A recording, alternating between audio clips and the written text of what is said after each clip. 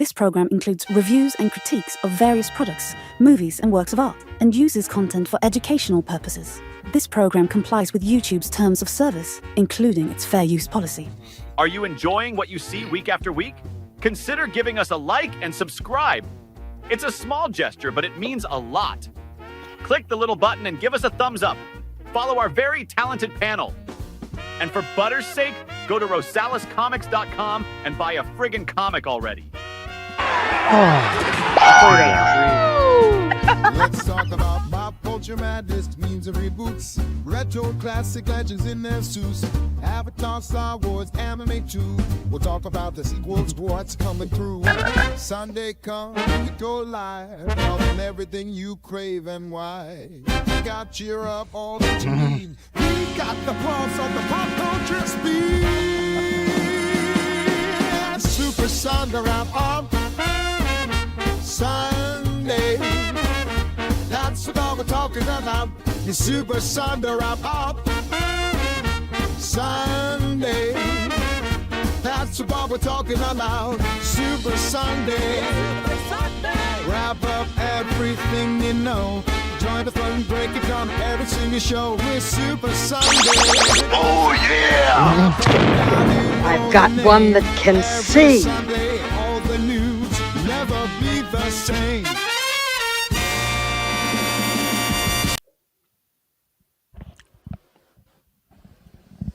Are we live? I think we're live. Yeah, We are live. That is Are an live. intro for the ages. That's awesome. Is that the longer or like a new version of the old one? Yes, it is. It's a brand new version for a brand new season Right on. of Super Sunday Wrap Up as we move from one streaming service, which limited my budget, to another one, which limits other things. So, it's a little bit of a trade off.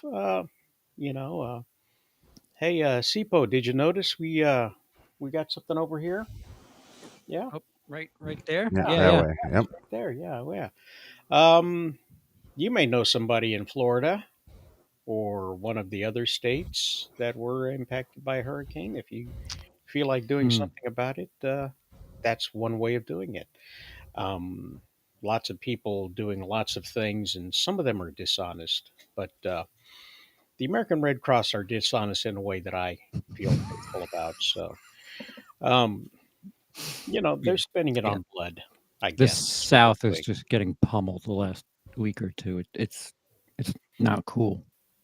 Not cool at all. Not cool at all. So, hey, if you can do something, do something. If you can't, keep your money, because some people in the South can't donate, but they sure could use a blanket Yes. And blood.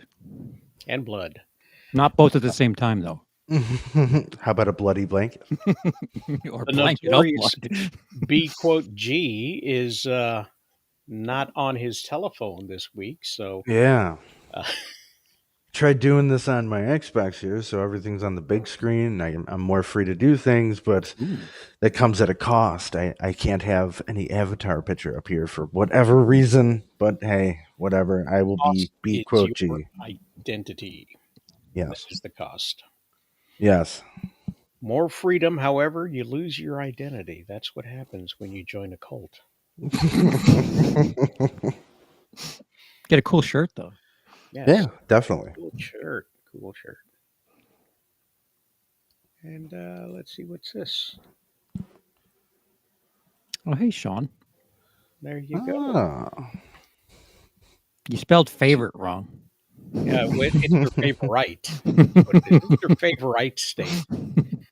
And, that's always good to know. We got the chat now. That's something new we got going on these days. So we're happy to have that. Yeah, look at that over there. Once all this hurricane stuff settles in that, we're going to have a lot of content for Florida Man. There will be a lot of stories. Because I have seen a lot of wacky stuff going on down there that people are doing. So, Yeah, I saw that 8 Florida men were arrested for looting, and they turned out to be Venezuelan. So, who knows what will and they came in with the flood, huh? Can't name the show Venezuela, man. That doesn't quite roll off the tongue like that. No, it doesn't. Apparently, it flows in like water. So, Rosales, if you don't mind, tell my audience what it is that Florida Man. They may not know what you're talking about, like the different games and things that you do here. Okay, yes. First of all, welcome to the show. We're glad that you're here. Florida Man is a segment that we do where we have real headlines from Florida that that are just wacky and crazy, but there are also other headlines that are not from Florida. So we have to guess and see which ones are the real Florida Man headlines and which ones are not the Florida Man headlines. Some of the other things we do is we will often play Garlic Phone or Garlic Phone if you're, you know, A moron like me. We like the garlic on my channel. We also talk a little bit about wrestling. I don't know if you noticed down here in the corner, we've got the logo for the WrestleDream, which was the pay-per-view from last night. We'll talk about that. Sometimes we talk about what's new on DVD. And this week we don't have the Wheel of Topics, but it'll be coming back soon. And then we'll see what's new to cinema as well. So these are the topics that we cover on the show, and other stuff that happens, like when the Wendy's hamburger thing came out, that was SpongeBob adjacent. Yes. Not really a Krabby Patty. That's a Dave single. Yes, with some sauce. With some sauce, yes. Which, you can get that at any Wendy's. Which I guess, if there's one thing that you can complain about with Wendy's, is their sauce. It's just they put ketchup and mayo on their burgers. So maybe they need a... Yeah. Maybe they need a new sauce. Yeah. Maybe that's all I need. Because their burgers are pretty big. Dressing. Is that, Wait, what? It's Thousand Island dressing, I think, is what it is. So. Isn't that what Big Mac sauce is? Yes. Pretty much. Oh. Broke my illusion. Yes. So let me just let everybody know we are live. Yeah, we're out here. We be live. Yep. Live on the Twitter. We out here, tweeters. Come join us and watch. We out here tweeting. There we go. Working on my... So, anybody go out and eat that Krabby Patty? I didn't. No, absolutely not. I don't. No. I'm not a big Wendy's guy. I keep meaning to at least once more before I go back to the UK, because Wendy's aren't that big over there, if at all, and I just don't get around to it. That and Chipotle, I need to eat in the next 4 weeks. You want to? Okay, yeah. Did your thought disappear there? No, it's like, how do I word this without being an asshole? It's impossible. No, yes, for me it is. For me, it's really, really hard. Do I want what? God, say it. Might as well go after the McRib, since you've got the list of disappointment going before you leave the United States. You said you're going back to the Islamic State of the UK? Yes. You got your prayer rug ready? The Republic of the Untied Kingdom. The Ununited Kingdom? They're never going to let me back in. It's interesting that a lot of Americans don't put this together, but most countries are considered states, and we are the United States of America, which means that we are not necessarily a. Good morning, Bry. Hello, Bry. Thank you, sir. Look at that!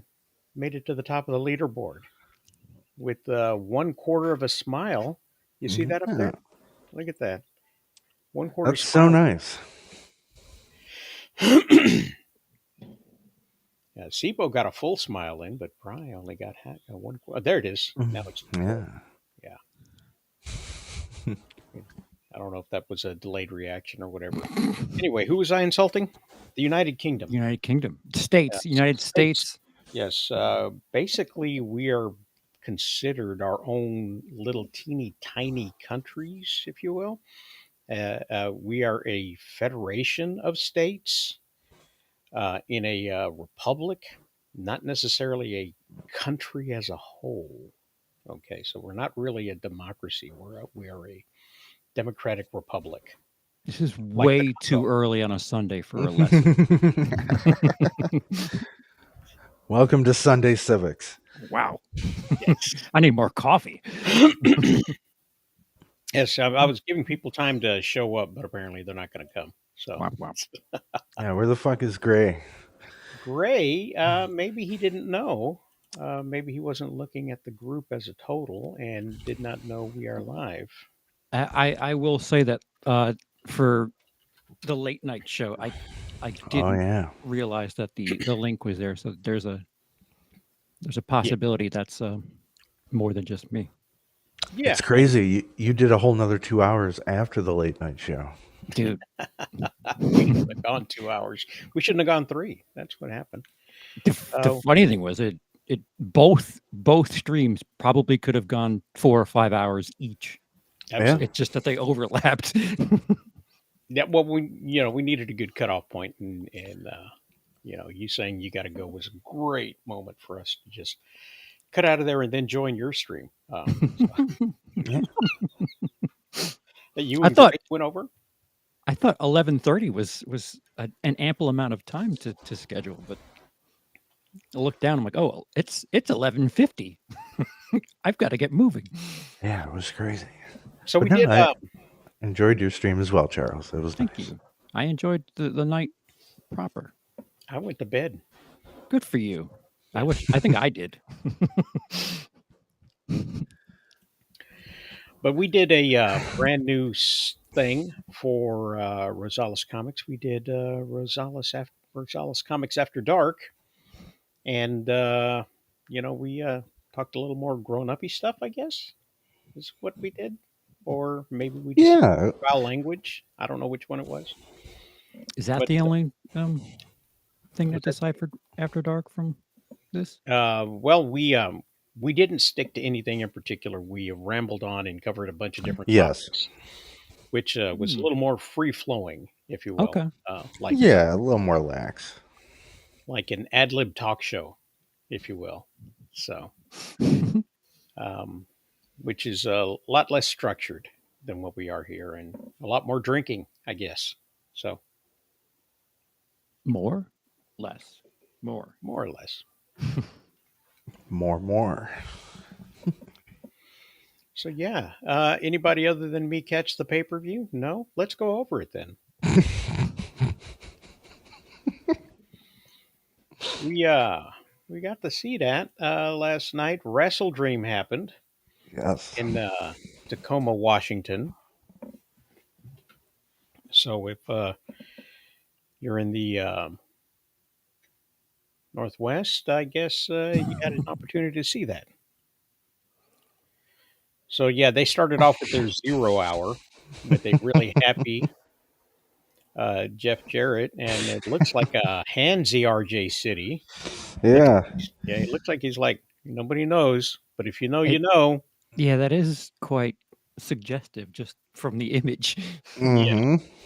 Even her picture too. She's kind of like, he's touching my ass. She's one getting pinched. Yeah. I think they both are. Look at Jarrett. It's like, I feel young again. That's where they got. He is so happy. Yeah. I think he's just proud of that new shirt. So they started off 0 hour with Brian Cage versus Atlantis Jr. I made a prediction that we'd get a new TV champ, and we did. Hey, circles. As indicated by the circle, yes. And then the lack of a smaller graphic. This my wife. One. Which one? Soraya. She's not wrestling. It seems like she's in someone's corner. Harley. Yes, she's crazy Harley Cameron. She is just a nutty chick. Are these two supposed to look like sisters? No. Why do they have like the same hairdo and getup? They got the same costume designer. I think is what's going that's fair. Yeah. Harley Cameron is becoming an in-ring performer, and she's made it to the 0 hour. Her shoulders still needed to be put down by the referee so that they could count the pin. But, Ooh. All things considered, Anna JC showed a lot of improvement after coming back from Japan and is looking more strong in her game, if you will. Is Soraya hurt again? Is that why she's not wrestling? No, I just think the Ferris wheel keeps turning. Ah, They've got over 250 wrestlers yikes. and limited time on television, so Yeah. they kind of have to cycle through these people. Yeah, And Insane. that's get a on. bit of an issue. Yeah. Yes. So then we had the most flamboyant match of the night, MXM Collection versus the Acclaimed. Two pretenders and two real ones, if you will. And yeah, that happened. The scissor guy was the one. Scissor me daddy. Yes. The real deals. So. Oh, yeah, and there was a plea for money for those. So get your phones out if you feel generous and take your choice as to who you want to help out. Yeah, 3 of them down there. Look at that. The Good for them. Dream Center, Mana Food Bank. They filmed this in Edge's garage, apparently. Like they didn't go anywhere else to anywhere, just anywhere. Maybe that's where they rode out the storm. Yeah, I guess. Apparently Edge was out there pulling out bodies from the river with the as a volunteer. What? Oh. He was in the recovery. So Are you doing a bit? No. I wish I was. I know, same delivery. I'm deadpan. I need a tone decoder. Yes. So That's I should do awful. that. I should really do that. And apparently he was drawing bodies out of the river. Yeah. No, I think that's a little too hack. So maybe I won't do that. Just a little bit.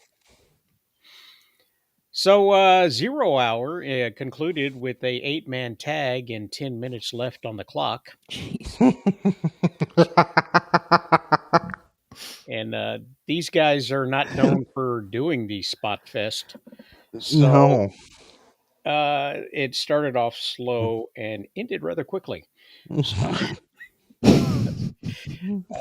this time management is a bitch. It gets late pretty early around here. Yes. And Orange Cassidy, Kyle O'Reilly, the Orange Runners, if you will, they won. The Outrunners it was like silly gimmick match is what it was. The Dark Order is a joke. The Premier Athletes are a joke. Nobody's taking them seriously. Orange Cassidy and Kyle O'Reilly, they're the conglomeration, so their joke gets over. And the Outrunners, their joke is over. So the sad jokes versus the popular jokes is what it was in that match. I started a joke that no one started laughing. Yes. Just also known as my stand-up career. There you go. Speaking of stand-up, Hangman Adam Page and Jay White were starting the show. Dynamite segue. I do what I can. I predicted Jay White for the win. Sparkles! He came out with sparkles. You got a lot of sparkles. Ooh. Well, hang on. I got to do something over here. Got to find out where my mouse is. Which screen are you on, sir? Okay. It says here, wrestling to the days I thought that I was real to be young and stupid. Hey, it's still real to me, damn it. Oh, okay. Sure. And he got pyro, so that was nice. I call it sparkles. Jay White actually spit on his belly at one point, and it was so thick and viscous, it didn't look like spit. Oh, boy. It's like we walked in on a porno. But Jay won. Not with Yay. and he left with his The Bang Bang Gang. Yes. What Took is his going juice and went home. So that's juice opposite. So yeah. And then we had the one and only women's match on the main card. And I predicted that Mariah May would retain her title. I did not predict that she would come out after raiding Tiffany Stratton's closet. So It's looking pretty good, though. she's apparently The part of the Bang glamour. Bang Gang. So Yeah. anyway, they posed for a picture, and then she won. And somebody said they need more wrestling. She's got More women's wrestling. far too much uniform there. It seems like those cups are a little big for her build. Yeah, That's all I'll say. yeah. So she won Sipo over. No, I think And then we she's had Jack fooling us. Perry and Katsuyori Shibata. Real Yeah. glass. Real glass. Real glass. Crimea River. And Perry for the win. That's what I said. And it happened. Hey, a winner. Hey, a winner is you. What's that you're saying? There's a lack of photos for the match? Well, Oh. there's a lack of stuff happening in the match, really, I think. I'm shocked. But a bunch of stuff happened afterwards. Oh. Like Daniel Garcia showed up and said he wanted to fight. And then MJF showed back up and said he wanted to fight. And then Adam Cole showed up and said he wanted to fight. And then everybody went home with their toys. Bang, bang. So, yeah, What was the cost of this PPV? what was the cost of it? Yeah. About two and a half, 3 hours. No. The price. This is it was a $50 show. God bless. My God. Wow. So it's 49 something, and then they get you with the taxes and the service fee. I Sure. think I'd rather pay $50 to go watch Joker at the cinemas. Yeah. At the Cinnamons. Yeah, easy for you to say. Yes. Ooh, a Cinnabon Cinema. That might be kind of good. Mm. That's the crossover I'm looking for. That and an insulin pump on your way in. So yeah, then we got the high spots with the high flyers doing their high flippy doos,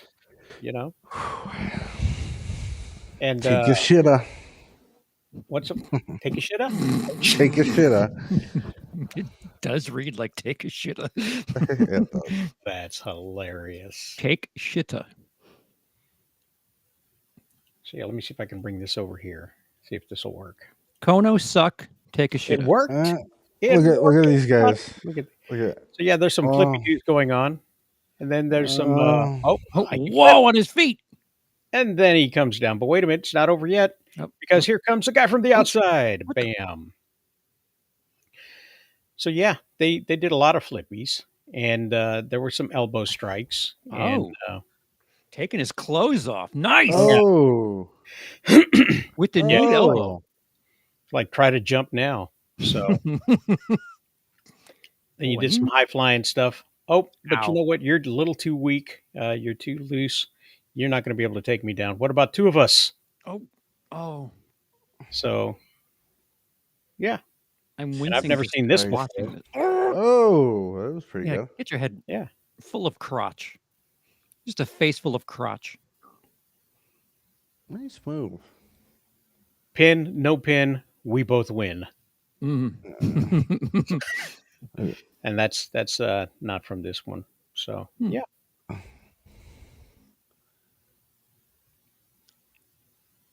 Ooh. Owie. Oh, more face crotch. Oh, Hey, no, never very mind. nice. See, I I mean, it looks great. They did some fun stuff. And Sure. Takeshita, take a shitta, if you will, definitely That was deserved to win.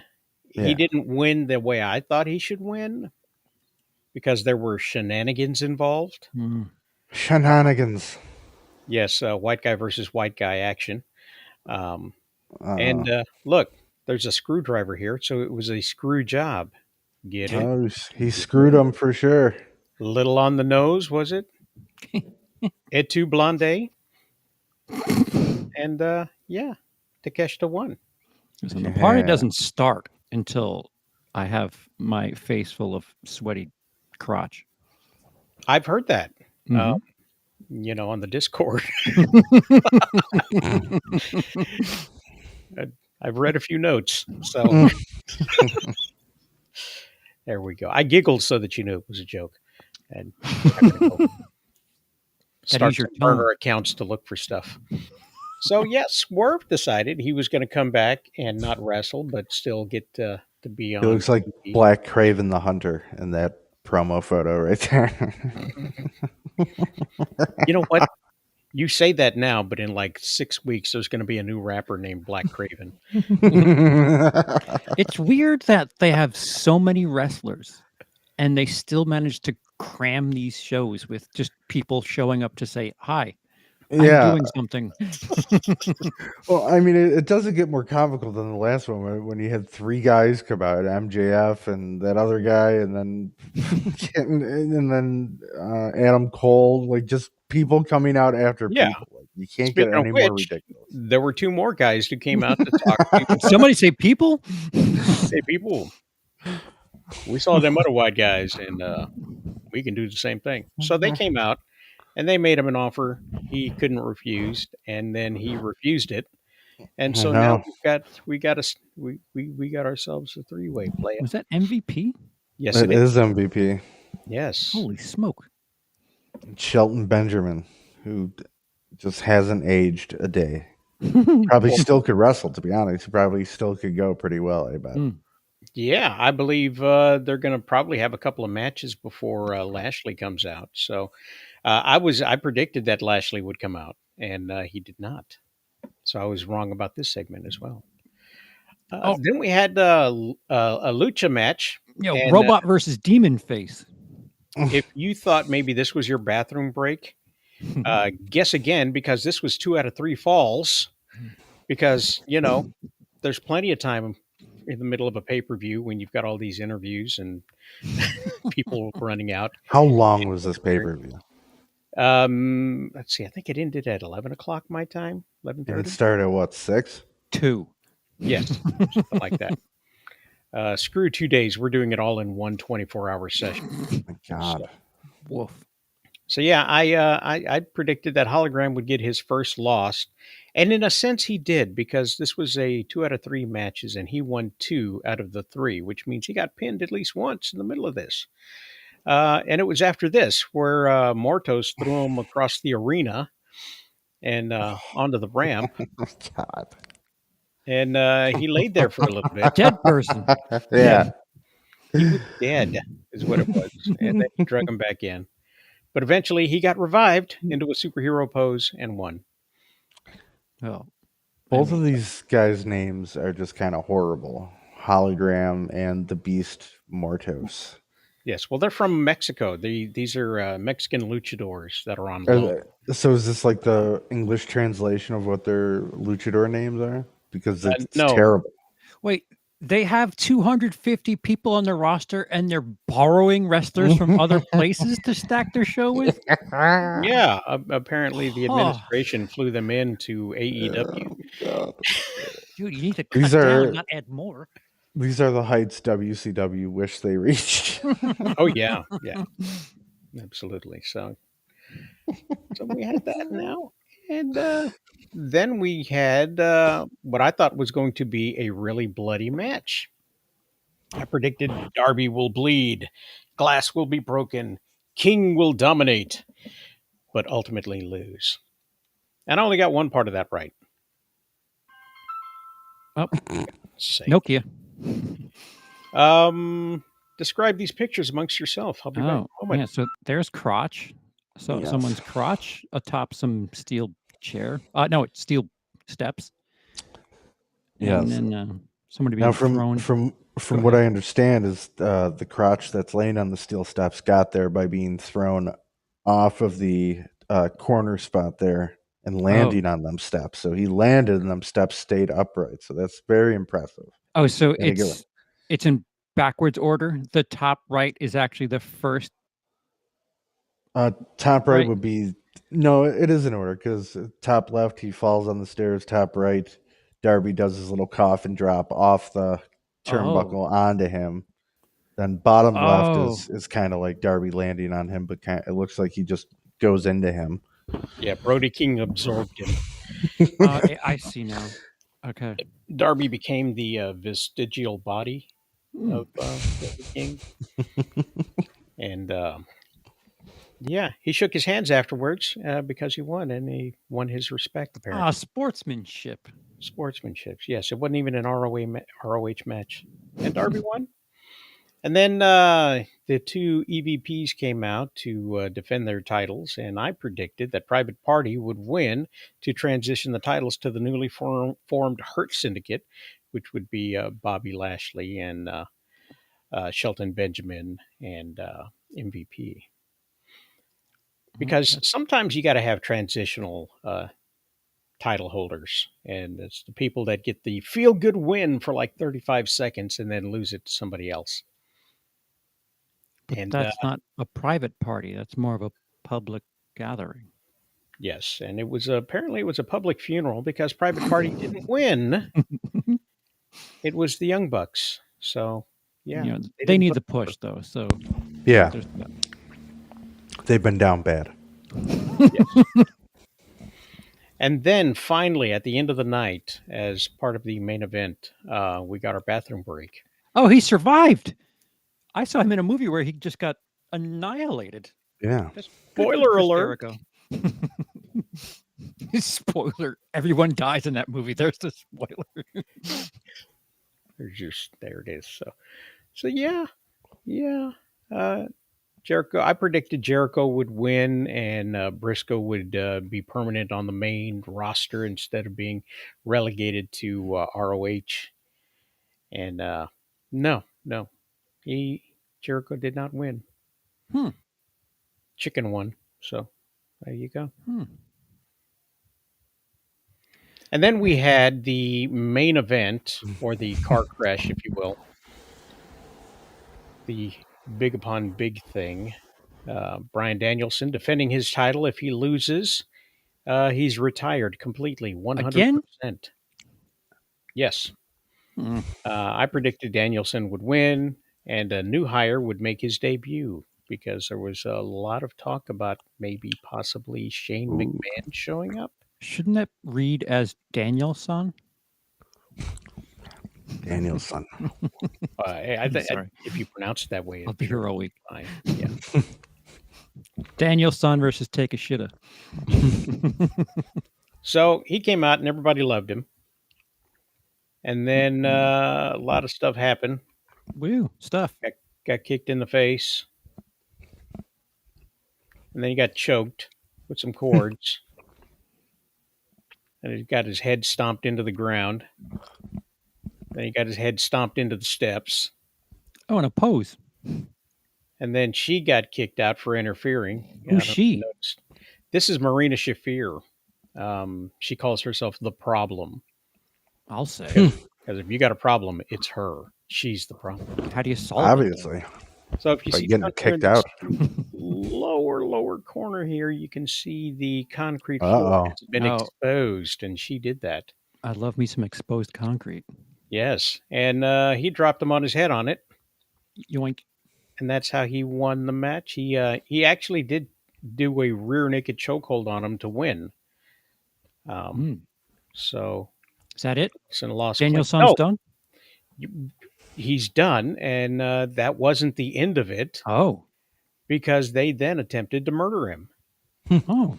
With some more plastic bags, a stomp to the head with some chairs, and then they came out and used the flat board and a neck brace to get him out of there. Medics. And wrestlers cried. So they were sad and stunned. And people said, new tradition unlocked. Every pay-per-view now ends with attempted murder.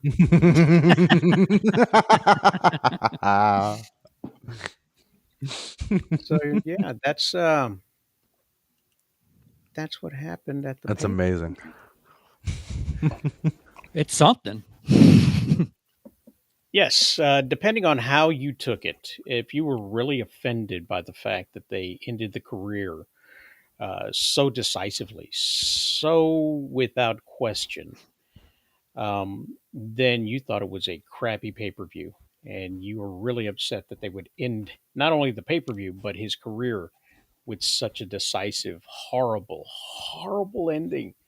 However, if you look at it from the point of view that Danielson was putting over his friends as a wrestler and making sure that they had heat on his way out, then he did a fantastic job of putting them over Yes. this particular one.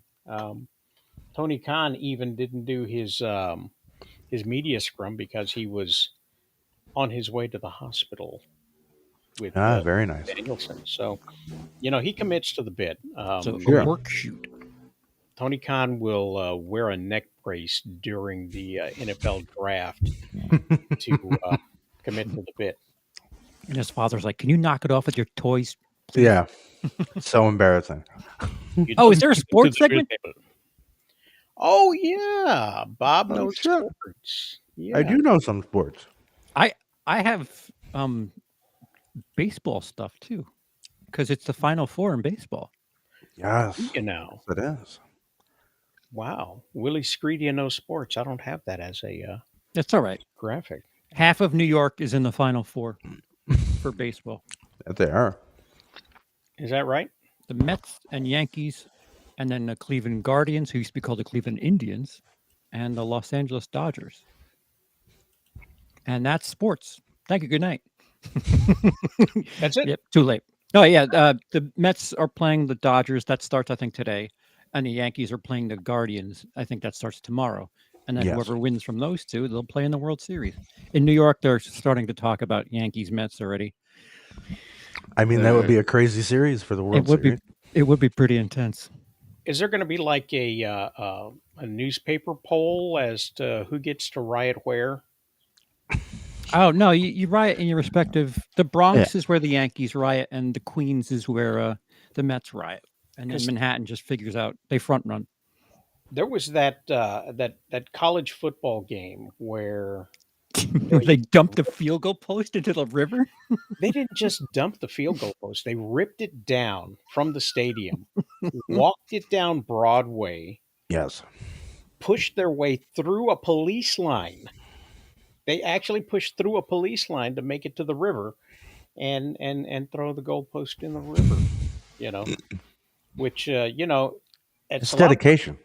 Yes, a lot more dedication than you would expect from college kids these days. College football is wild. I mean, they have all that pen take and that shit seriously. You got to admire the fact that they were committed to the bit. Absolutely. All right, I've been kind of scared to do it, but I think I'm going to do it here. I want to test out the. We got. Yeah, look at that. Did you see that? Got a visitor. Look at that. Welcome, sir. Hey, Jar. Hey, sorry. I hope it's not too jarring for you. I'm so sorry to hear about Danielson, but yeah. Sorry, guys. Stayed up way too late watching clowns last night. Slept right through my alarm again. It's a problem. So you went to Joker 2 again? Yes. I started with All Hallows Eve and then moved my way up through Terrifier 3. And then I decided, let's follow you do this. It was a lot of clowns. Too many, some argue. Too many clowns. That's pretty good, though. That's a good lineup, though. That's what I say every time I go to a family reunion. We were talking about goalposts in sports. Hey, let's move some. Into a river? Caught me off guard with that one. Way to go. I was going to try out the music to see if it was blaringly loud. You guys ready to hear it? Let me know. Oh. All right.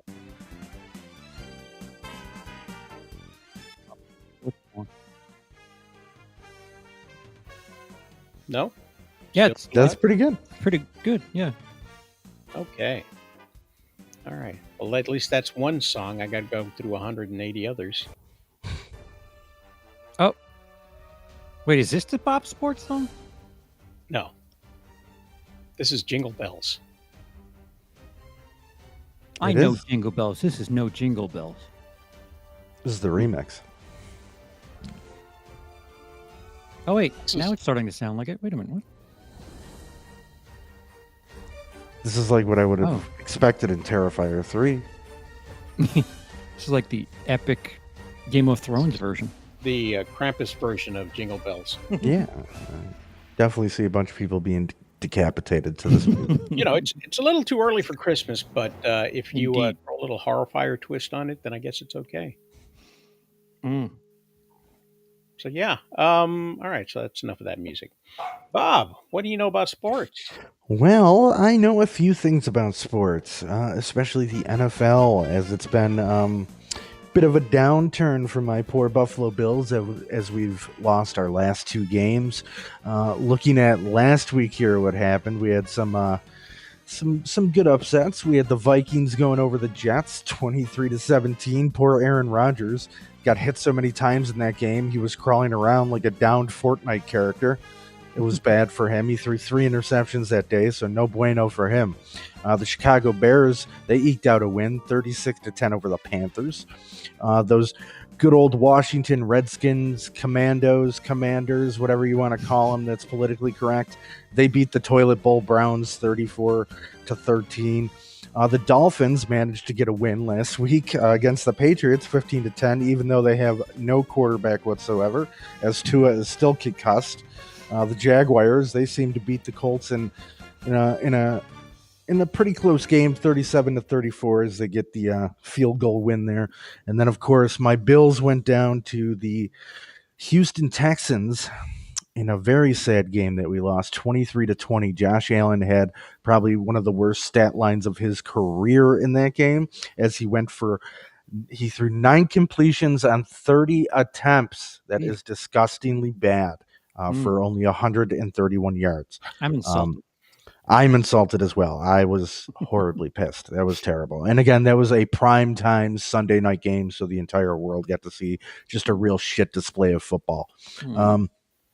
Ravens went over on the Bengals 41-38. A lot of close games with high scoring here. Broncos beat the Raiders 34-18. You had the Cardinals beating the 49ers 24-23. The Giants finally managed to get a win here going against the Seahawks 29-20. The Packers, Jordan Love doing amazingly all season, 24-19 over the LA Rams. The Cowgirls, they got a win in shitty fashion as usual over the Steelers 20-17. And finally, the last game of last week, you had the Chiefs, who continue to be undefeated at 5-0, going over the Saints 26-13. Now this week here, as we're in now, we already had the Thursday night game, which had the 49ers beating the tar out of the Seahawks 36-24. And right now, currently, if you're up this early and you're watching football, there is a football game being played right now across the ocean over in the UK, as we have the Jacksonville Jaguars going up against the Chicago Bears. I would probably skip this game because this is 2 shitty teams, and they are playing real shitty already. We're late into the second quarter. The Bears are up 7-3. The Bears have the ball and they're driving. Nice. But again, who gives a shit? Nobody cares about them. Up to date. Exactly. And then we have our afternoon games for today. You got the Bucks traveling to New Orleans to go up against the Saints. Once again, we have the Washington Comrades. They're going to Baltimore to face the Ravens. You got the Cardinals taking on the Packers later on this afternoon. We got Colts versus the Titans. Jesus Christ. We just have real shitty games this Sunday. We got the Texans against the Patriots. That should be an easy win for the Texans. The Doo-Doo Browns are going to go to Philly and try and beat the Eagles, but I don't think they'll have any luck there. Then we got late afternoon, your 4 o'clock games for today. We got the Chargers taking on the Broncos. That will be an all right game to watch. You got the Steelers going into LA to try and take on the Raiders. It's probably skippable. Let's see. We got Falcons and Panthers. That's another game you can just skip over. Now, here's a game that people might want to watch. You got the Lions, Detroit Lions, taking on the Cowgirls. That is definitely a good game. We'll root for the Lions on that one. We'll head over to the Meadowlands as the Bengals take on the New York Giants. And then Once again, tomorrow night, primetime Monday Night Football, my Buffalo Bills will be taking on Aaron Rodgers and the New Jersey Jets as the Bills travel to New Jersey out of New York. Seeing as how the Bills are the only team that actually do play in this state, we will be taking on the Jets and hopefully win that game and get back on track here and stop losing. Because if we lose tomorrow, I'm really going to be sad. I'm really going to be sad. But yeah, that's this week in sports, everybody. So, cheer on your local team, get on the couch, get some pizza, get some chicken wings, and watch some fucking football. Or baseball, because both of the New York teams or baseball, New York teams. Exactly. We got some interesting things that could happen in baseball as well. I would definitely like to. I'd love to see Mets and Yankees in the World Series. But I wouldn't be sad to see like Dodgers and Yankees in the World Series. Oh yeah, because Shohei Ohtani there, he's like pretty much the $1 billion man of baseball. So it's insane to watch what that guy can do. I think any matchup, with the exception of Cleveland, would be a neat. Absolutely. Fuck Cleveland. Anytime I think of the Dodgers, I think about Bugs Bunny and ragtime music. So, what? Just, take me out to the ball game. It's just like, who's that guy? The Babe Ruth and just that's my idea of Dodgers when it comes to, and it's not even accurate, really. Yeah, but Babe Ruth is famously a Yankee. So Tommy Lasorda, that's the Dodgers. Well, he's Lasorda famous. Yeah. No laughter. No laughter awarded. No. Let me see what we got here. Oh, we got a Biggerford sighting. A Steelers fan. Absolutely a Steelers fan. Yes, sir.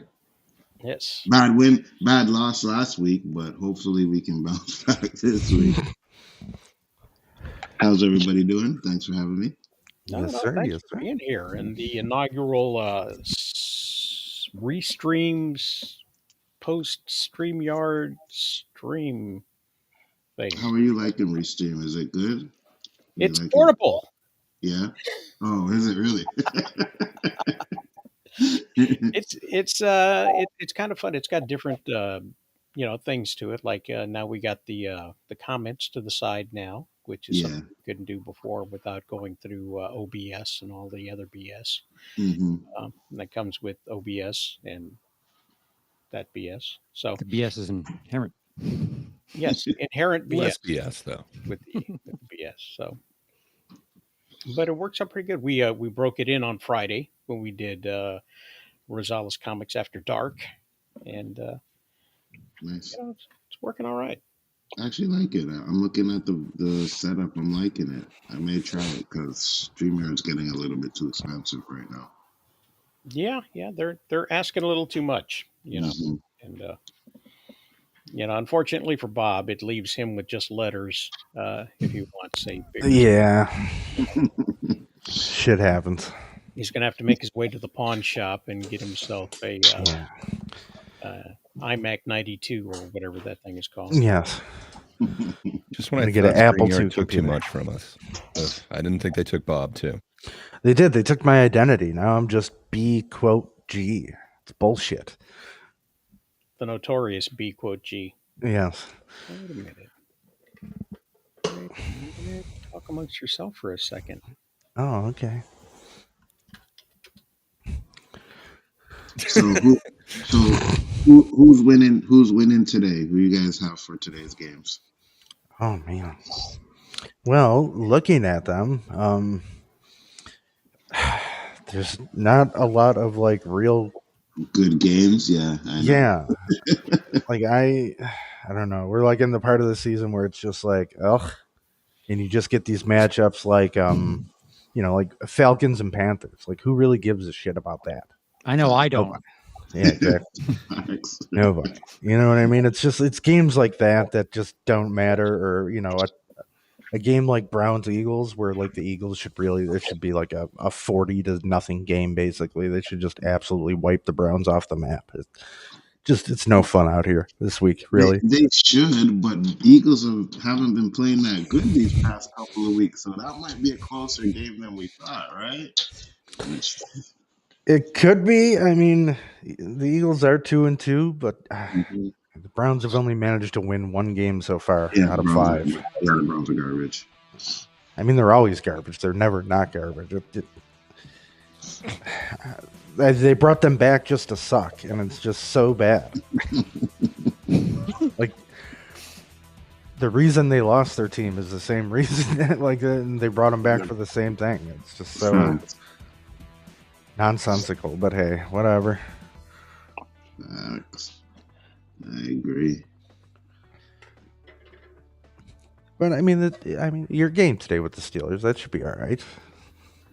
Should be a steal. It should be. Like, they're playing the Raiders. That should be like, like they have no wide receiver. Dante Adams is out, so it should be an easy win for them. Yeah. Oh, man, last week I really thought they were going to beat the Cowboys, and then Dak Prescott did his thing at the end. Steelers need a wide receiver, though. Like, if they really want to get somewhere, they need to go after Davante Adams. They need to get him, because that's a big weakness for my team right now. Well, I'm in the same boat with you here with the Bills. We have no wide receivers whatsoever, and then when one of our guys gets hurt like they did last week, we're just fucked. We got nobody's out there running routes, and it's just terrible. And then poor Josh Allen can't complete any passes, and he just looks like a complete asshole. Yeah, Like 9 for 30. That's embarrassing. Like I'd pull you right off the fucking field. Like I don't even care what's going on. Like that is so bad. Like you can't do that. Yeah, cannot. And I mean, now it's not as bad like Aaron Rodgers last week when they played with that just pitiful performance that he had. Like I think he threw like the ball like over 50 times. Mm-hmm. That's even more disgusting. Absolutely. And I don't know how that. And then what happens is their coach gets fired. He doesn't get benched or talked to or anything like that. He just gets fired. The coach. Mm-hmm. Mm-hmm. Well, I think the coach and Aaron Rodgers have been having some beef backstage or back, in the locker room and stuff like that. So it's like either the coach or Aaron Rodgers, and they pick the coach. Yep. Well, I mean, I that would be the logical choice too. I mean, you're not going to go against Aaron Rodgers, but still, like it's embarrassing. Like the coach came in and had to get escorted out by security. Oh, really? Yeah, it was bad. It was very like fucked up. Wasn't his fault. Like he didn't throw 3 interceptions. He wasn't there standing in the pocket like an idiot, holding the ball too long. Mm-hmm. But it's football for you. Yeah. One of the biggest issues I have. You're muted, Rosales. That's okay. I wasn't saying anything. Oh. Important, of consequence. Definitely not worth interrupting sports talk. Hey, tell us to talk amongst ourselves. I feel like some cartoon character should be tiptoeing around something right now. Yeah, right. This is what I hear when people talk sports. Real sports, that is. Yeah. Sports entertainment, I'm all in. But what do you mean? Football is sports entertainment. They got script writers too. Facts. Yeah, they're called the ref. Yeah, facts. The way they ref some of these games, you would think they're writing a script for real, bro. Absolutely. But I'm down with some sports entertainment too, Roselle. I'm down with it. Absolutely. Oh, does that mean you watched the 6-hour WrestleDream extravaganza that was on last night? No, I actually didn't. I'm down with it, but I watch it occasionally. I don't watch it all the time. That's fair enough. It's like, yes, this is great. I'll watch it all the time. This is something that I'm down with. I love it. I didn't catch that one. No. I didn't hear that part, but no, that's all right. Yes. I'll get the next one. Don't worry. Yes. You mean the one where the guy did the move? Yes, that was exciting. I read about it. I mean, it's okay. Like if you actually sit down and watch like all wrestling content for the week. I mean, you're spending, God, that's between Hours. eight, yeah. Well, it's a lot of hours. Yeah. Like that's like a 40-hour. That's a job. Like it's a full-time job work schedule to watch AEW and WWE both content each week. Oh, I don't know what I do with myself. Them too. There's also the NWA and TNA. So Sure, yeah. If you really wanted to get into it, yes. Oh no. if you felt like it, but no, You really wanted to be bored to death. that's not something I do. I don't watch all of that. So The NWA. What are they thinking? You know what's interesting is that no, it's not really interesting. It's just a segue. The AWA has decided to partner up with Ronda Rousey and make a comic.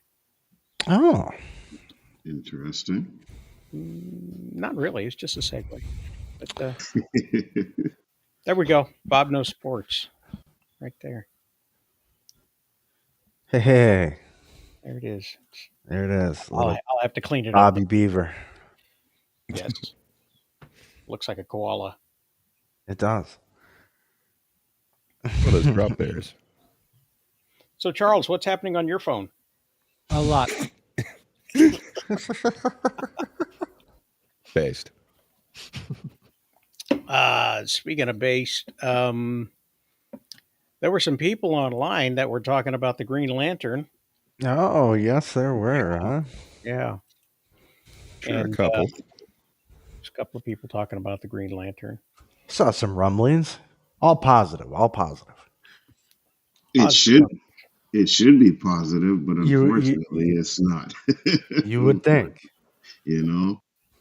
Yeah. So they cast a Green Lantern for the TV series, which is going to be on Max. And they hired a dude. And some people were happy about it. Some people were not. Love this dude in Rebel Ridge.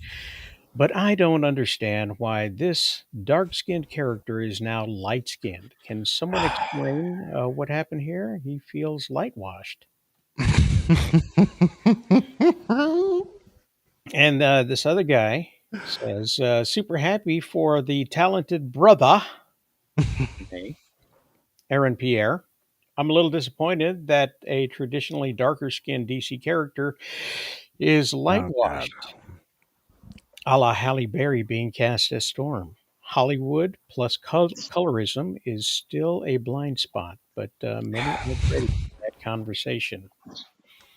And I'm kind of thinking that Peter Dinklage had that same sort of feeling about the dwarves in. He thought they were too dark. They thought they were too dark, or not dark enough, actually. Oh, sorry, my bad. Yeah. Yeah.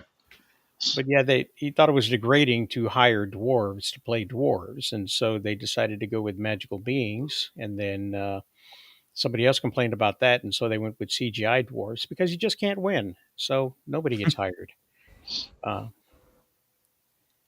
And Hector Navarro, who I don't know has a dog in this fight, says, "It's not often that we get casting this perfect. Pierre will nail this. He already looks like Jon Stewart. Absolutely. Ripped from the pages." 100%. I agree with that guy. Go ahead. Off of Charles's recommendation, I just watched that Rebel Ridge one not too long ago. Man, I think that really dude can do good. some real physicality too. It seems like a great casting, but apparently it's an affront. But have you seen him slice it in? You know, if they were to recast that with, like, say, an Asian dude, they would there would be a massive cry of racism. But apparently, a yellow-skinned black guy is also racism. It bothers me so much because I had to do a stream on it the other day because a really big channel got involved and was like, "Oh yeah, it's colorism, right?" And then I had to break it down really. I'm like, listen, when you go back no, I always said colorism, yes, was a big thing in Hollywood when I was growing up, right? 100%. All the light-skinned women were getting a job. Sheila E., Apollonia, Vanity. Then they started pushing the Halle Berrys, the Jada Pinkett's, right? I get that. But if you go in the last 10 years, especially in the comic book stuff, I was like, really think about it. Nick Fury, dark skin in the comics, dark skin in the live action. Blade, T'Challa, Steel, Black Lightning, Monica Rambeau, right? So I said you got all of these characters in the last 10 years that actually are the color they're supposed to be in the comic book. Why are we yelling race colorism when there's just this one that may not be as dark? We need to start focusing on the fact that we're finally getting Jon Stewart and we're getting a really good actor to play him. That's what we should be talking about. And a lot of the people who like have an issue with it think he's going to kill it, right? They say, yeah, he's going to do a great job. But the people that are taking clips from it and everything, all they're hearing is that he's not dark enough. They're ignoring the fact that everybody's saying he's going to do a good job. It's just he's not dark enough. And I'm like, we got to stop doing that. Like, we're the ones. Would it be more offensive if like they do try and like darken him up a little bit with CGI? Like, I don't know if there's any way to make everyone happy here. Exactly. Well, just light for white people, then he'll definitely look dark enough because the lighting on say a Tyler Perry set is a way different than you're going to find on a Tom Cruise set. It's just that's just the way it happens to be. The camera will pick up a certain amount. Cameras are a lot better now than they used to be. Yes. With the HDR, and you can get the different shades of lighting and hues and saturations and whatnot. But back in the day, you had to flood a room with lights in different areas and cast shades and others just to make things look normal.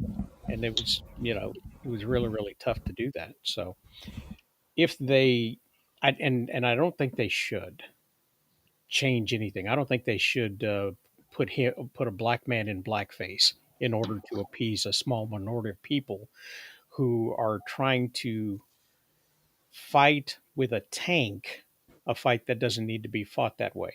I'm not saying that colorism doesn't no longer exist. What I'm saying is that this fight doesn't need to be fought this broadly on this particular topic with this particular actor. Does that make sense? I agree. Yeah, 100%. Not to mention the fact that which I showed on my stream that he's actually been drawn darker and lighter, right, in animation. So I'm like, well, if you're complaining about it, then complain about the people that are changing the color in the animation, right? Because if you really look at it, if you take an example of one of them where he's lighter, then he's the exact color for it, right? So it's just you guys they're thinking about the wrong things, and I think my people, black people, we're the ones that are pushing the colorism way too much. And I'm like, I don't think that's the case. I actually think that this is maybe the one or few times that they picked that the person they thought was the best job for the person for the job. Okay, that makes a whole lot of sense. Let's hear from the let's hear from oh the boy. White Caps. Let's hear from the White Caps. No, I mean, well, I mean, I would agree with Biggerford because I think it actually is perfect casting. I don't see what the problem is by any stretch of the means. It makes no sense to me, any of the arguments that these people are making.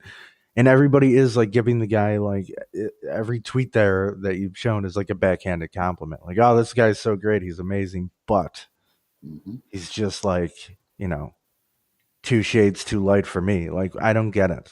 It just, well, not to just put you on blast, Bob, but weren't you saying that about Kyle Chandler like a little bit earlier? Like, weren't you saying that he's too tan for this role? Wait, who the hell's Kyle Chandler? Isn't he the one? Isn't he the Friday Night Lights guy that's being the other Green Lantern? Or am I? No. I think you're off on that casting. I think you're. I don't think I said that. Did I? Kyle Chandler? I think there were hints of it, but maybe I'm wrong. Wait, when did we have this conversation? I'm confused now. Please remind me. No, because if I did, I want to know. Yeah, it sounds like you, but maybe I'm wrong. I mean, it might sound like me, but I don't know who Kyle Chandler is, to be honest. So I don't know if I said that. That's why I'm saying. Well, I do remember you saying that Donald Trump was too orange. Yeah, it seems like you're often talking about people. Shades? But yeah, I don't know. Like, isn't this the first time that Jon Stewart's ever been put into live action? Yes. I think it's kind of amazing that Jon Stewart is no longer going to be thought of as, the white guy from The Daily Show. That's kind of cool. Facts. Facts. Because I asked my co-host on one of my shows, he's like a normie, he's not really into comic book stuff and like that. I was like, you know who Jon Stewart was? And he said, the talk show host? I was like, no, bro. No, I'm talking about the Green Lantern. So yeah, you were correct on that one. Yeah, if you Yeah, wait, no, that wasn't me, Gray. You are confusing me with a different race. Fair enough. Yeah, no, because that's a no. Kyle Chandler's a good casting for fucking Hal Jordan. Yeah, that's fine. Oh, you looked it up just now, didn't you? Yeah, because I had to look and see like what are we talking about here, because I had to make sure. Yeah, no, that wasn't me who said that, sir. No, I think these are both fine castings. This completes the picture now. Yeah, I'm good with both of these. Well, let's see what Charles is looking up. Yeah, don't put somebody else's racism on me. I'll do my own here, sir. Oh, I'm sorry. We're still talking about race. I got some important emails I have to attend to. Well, okay then. There we are. So, yeah, I guess that unless we can get Chill on the line, I guess we're done.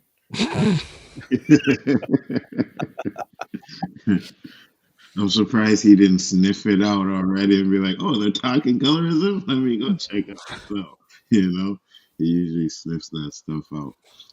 At the end, for me, at the end of the day, I'm just like, listen, let's be happy that one. Because for me, Aaron, I didn't know about him until Rebel Ridge. Like, I didn't know who he was until I seen Rebel Ridge, and I thought he did an amazing job in there. So one, we're getting a great black character finally on stage, and we're getting a good actor playing him. Let's celebrate that, because he can probably go on to bigger and better things if this show does well, and that's what I'm absolutely. What do you think about the idea that there's only certain spots for African American actors in Hollywood? I 100% do agree with that, because you can see it happening, right? So Nate Parker, he was the one that was getting the push originally, like, right, to be the next black actor up. And then he had that stuff happen with him. Then it was Jonathan Majors, and then Jonathan Majors had that stuff with him. So now we're getting Aaron Pierre, right? I think when it comes to the pushing like one or two black actors, I believe that there's a lot of actors in Hollywood that are getting roles, but I think they push certain ones. So I do agree with that. Like, I don't deny that stuff. I really don't. I just think in this case, I think people are a little bit off topic on it. I think they're just projecting for views or clicks or whatever they're doing it for. But at the end of the day, I'm like, let's just be happy, man. We're getting Jon Stewart.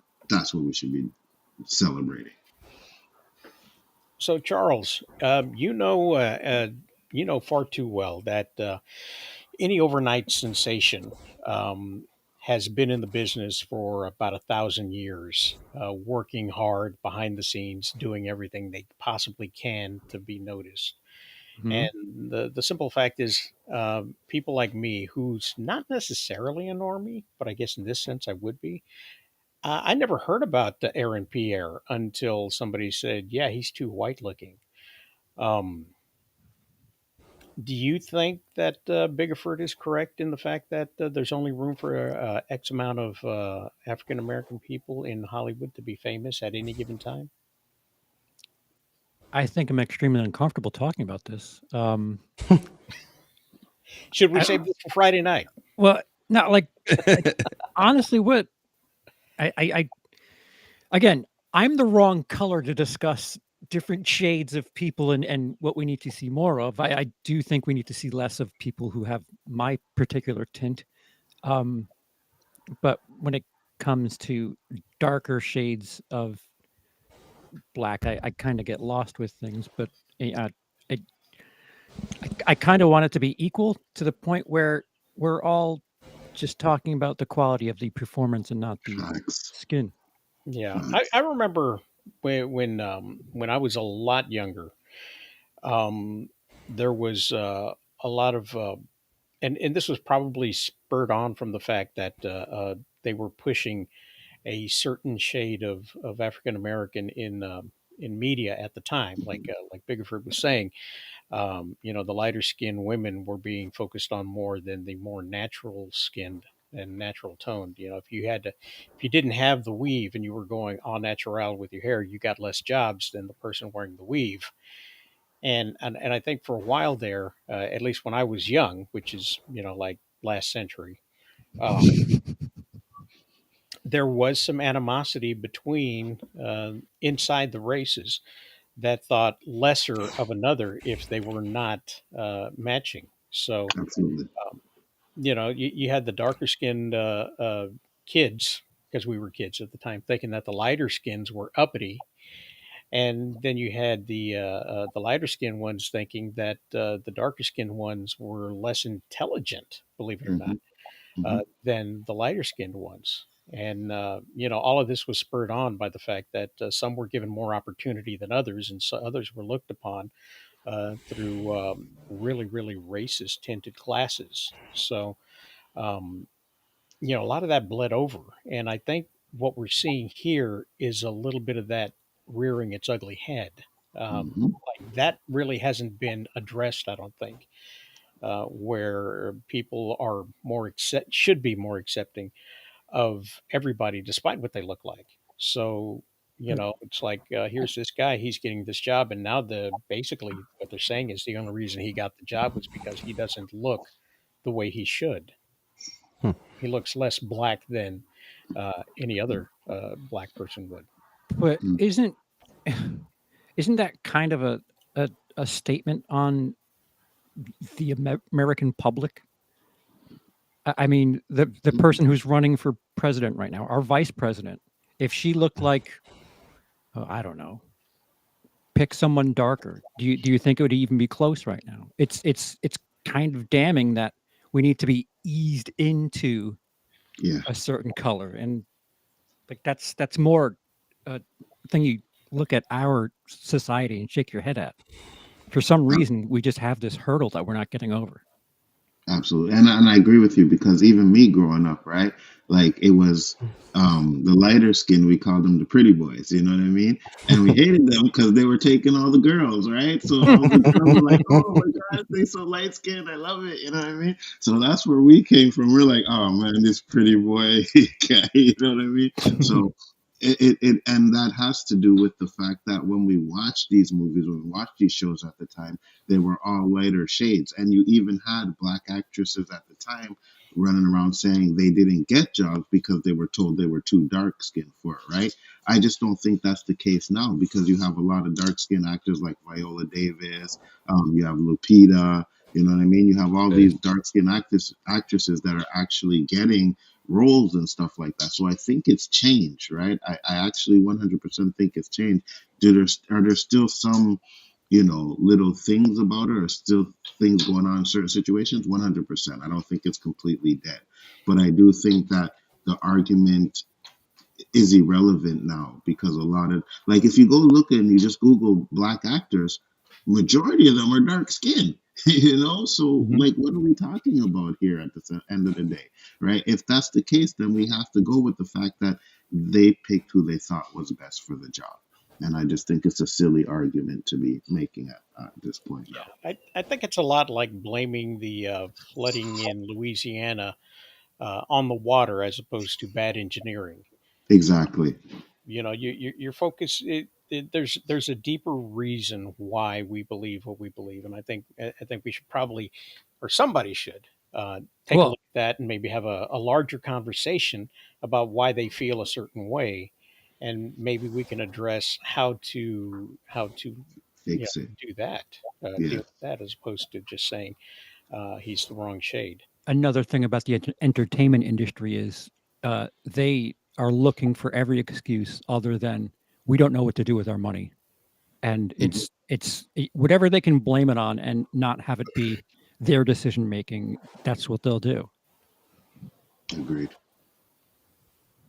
There you go. Austin, I sent you a link somewhere, I think, so you can. Is join. it late enough for Austin to show up, or is it Not yet. He longer? needs another hour.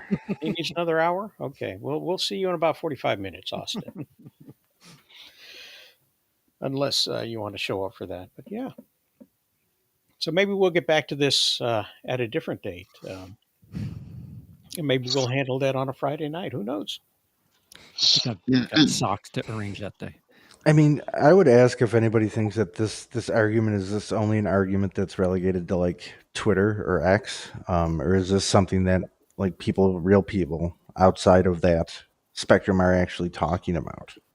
You know, That's another good question, 100%. Because I did say like, oh yeah, this is probably a Twitter, YouTube thing.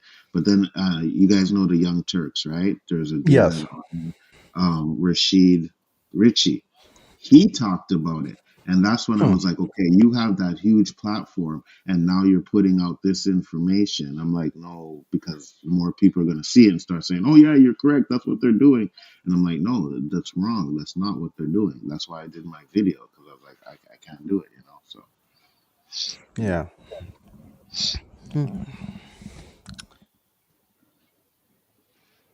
Because here.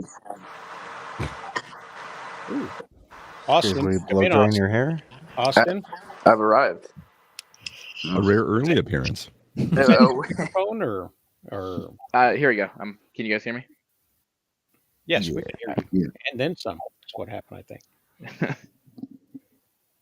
So, what are you alluding to here in your comment? Oh, I actually got into this argument with somebody last week because they were saying this Aaron Pierre thing is it's light washing.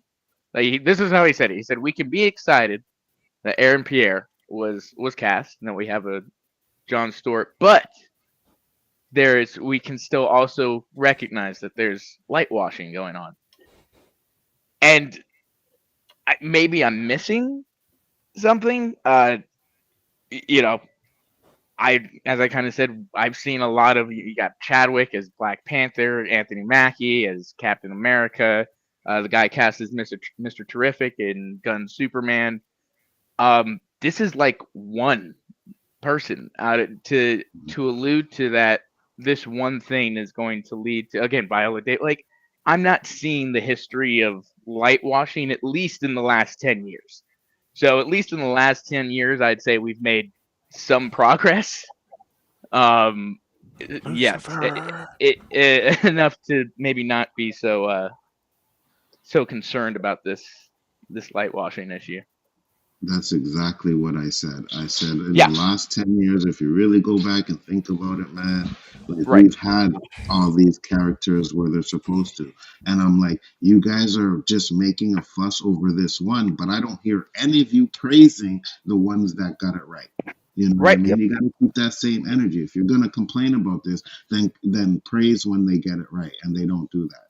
Exactly. I think part of the problem with this end of the internet is making a lot of fuss over something that really, I guess it is something tangible for comics and the media that they're used to, but in film there's performances and they may not look right, but if they're acting and they really sell you on the character, what the hell does it matter if it's a dog playing the person? If they're nailing the role, what does it matter?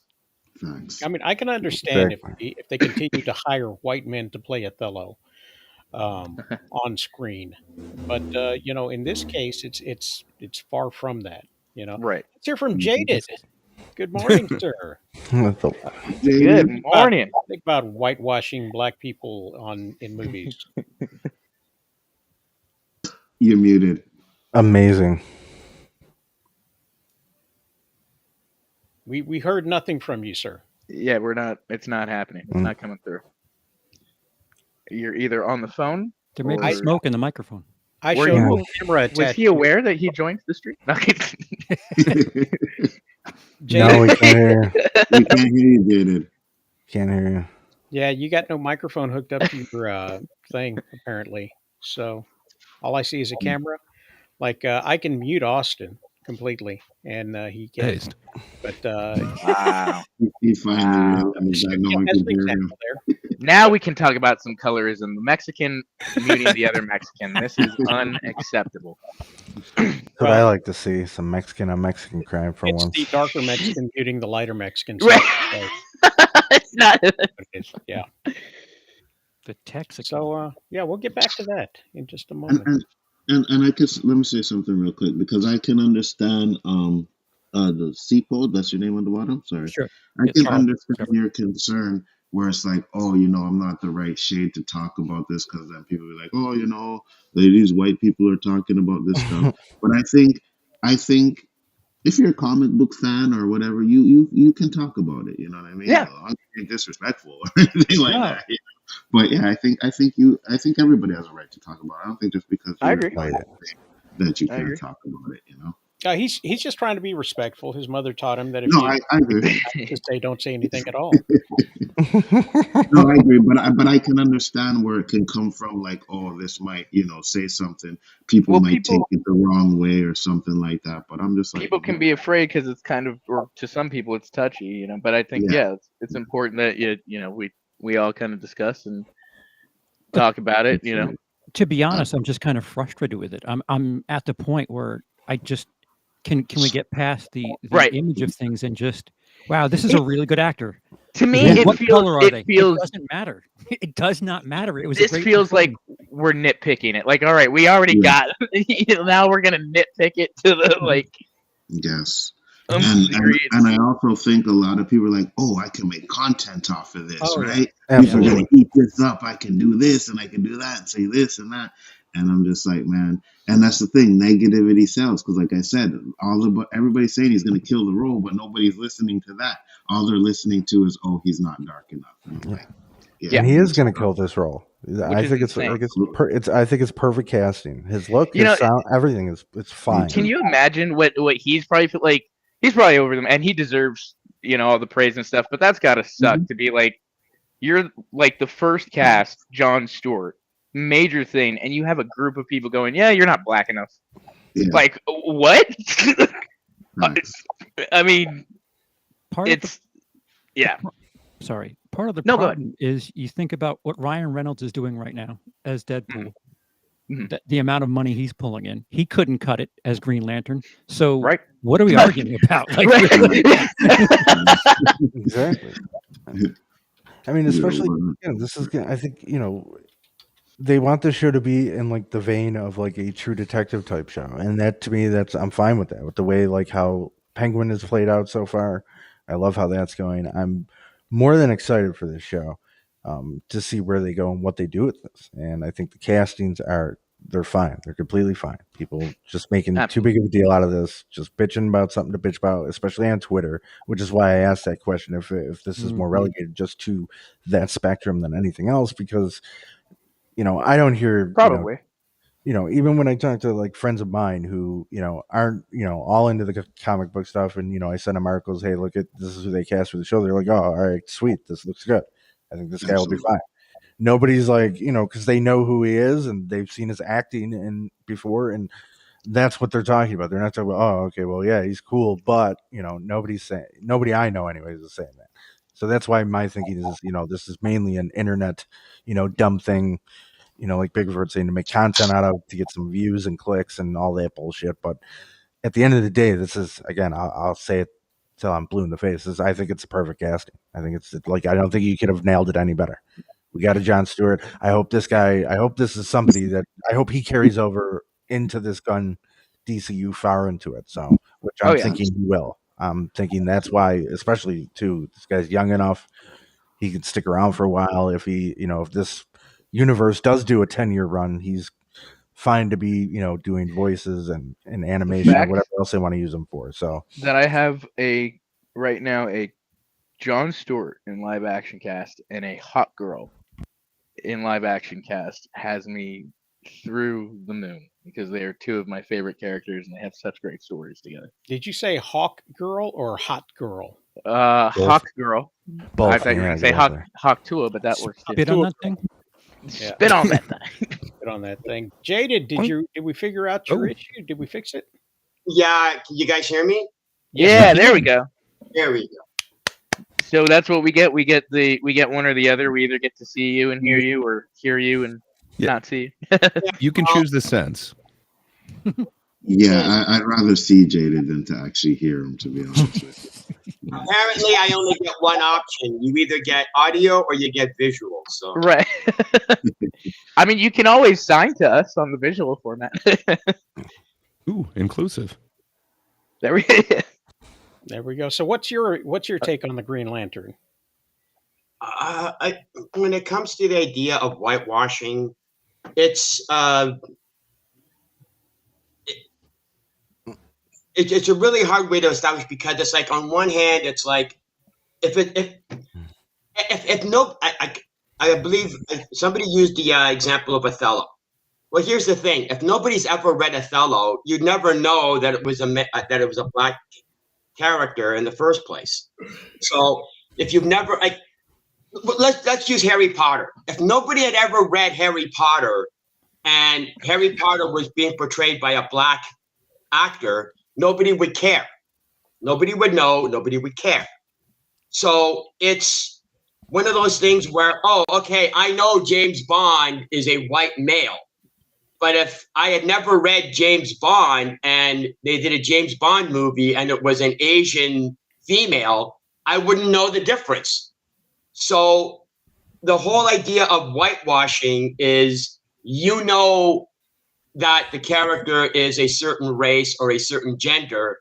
Therefore, the adaptation, if it doesn't match, it's wrong. But if you do an original story and the main character is black, you don't care. Again, it's just, I'm sorry. If Aragorn was played by a black actor, okay, I hate to break it to you, 90% of the audience wouldn't have known any different. So, the whole idea of whitewashing isn't actually whitewashing. Is it being faithful to the source material? It's just being called whitewashing simply because it's a racial. It's introducing race as the not being faithful to the adoption. Right. And especially with this being like a comic book, there's, I think, a lot more open to interpretation, whereas like the last thing and I'm sure there's been one in between, the last film I can think of where like there were big complaints about whitewashing was when Ridley Scott did Exodus.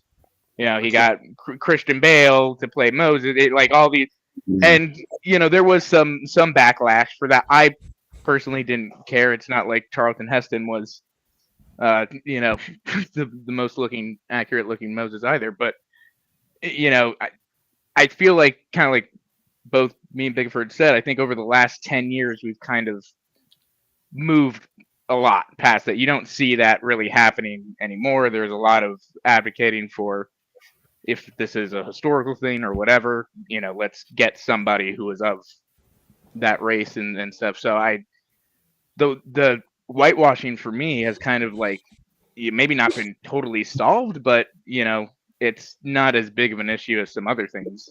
Agreed. Was it at all like a controversy? So I don't remember anyone bringing anything up like this when Terrence Howard was replaced by Don Cheadle, like Rhodey as War Machine. I don't know. Is there any like credit given that they didn't whitewash that character? In fact, they made him a few shades darker, or was it just not a thing? No, it's not a thing, but a lot of people use the fact that it was about money and it wasn't about getting the comic book character right? Yeah. It's like, oh, they didn't change Terrence Howard because they wanted to get it right. They changed him because, but I said, he asked for more money.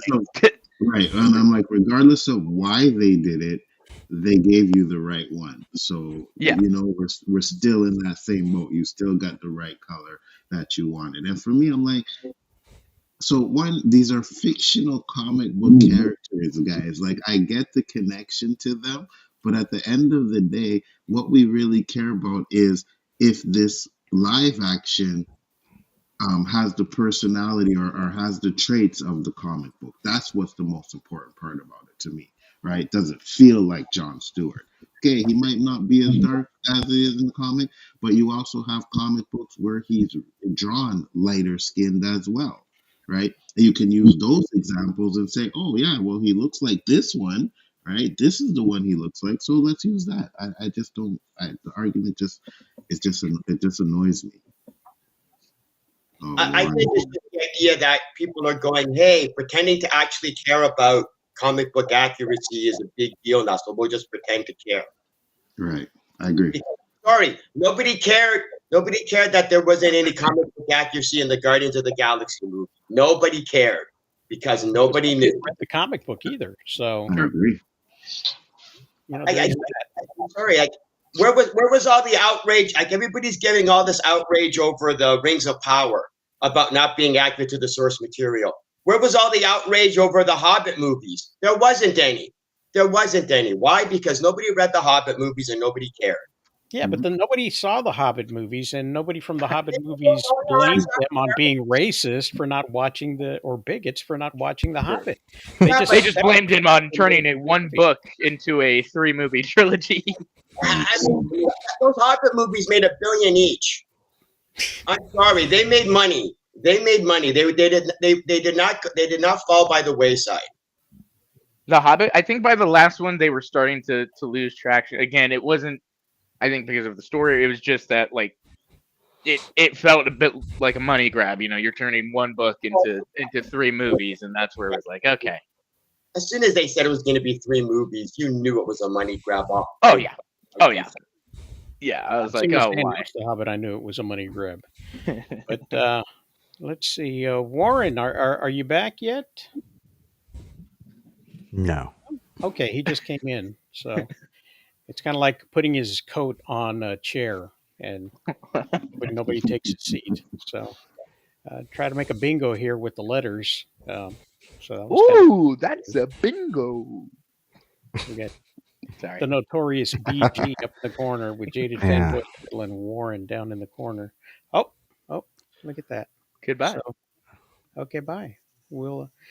We were going to talk about the Legend of Vox Machina because we'd been following that for a while.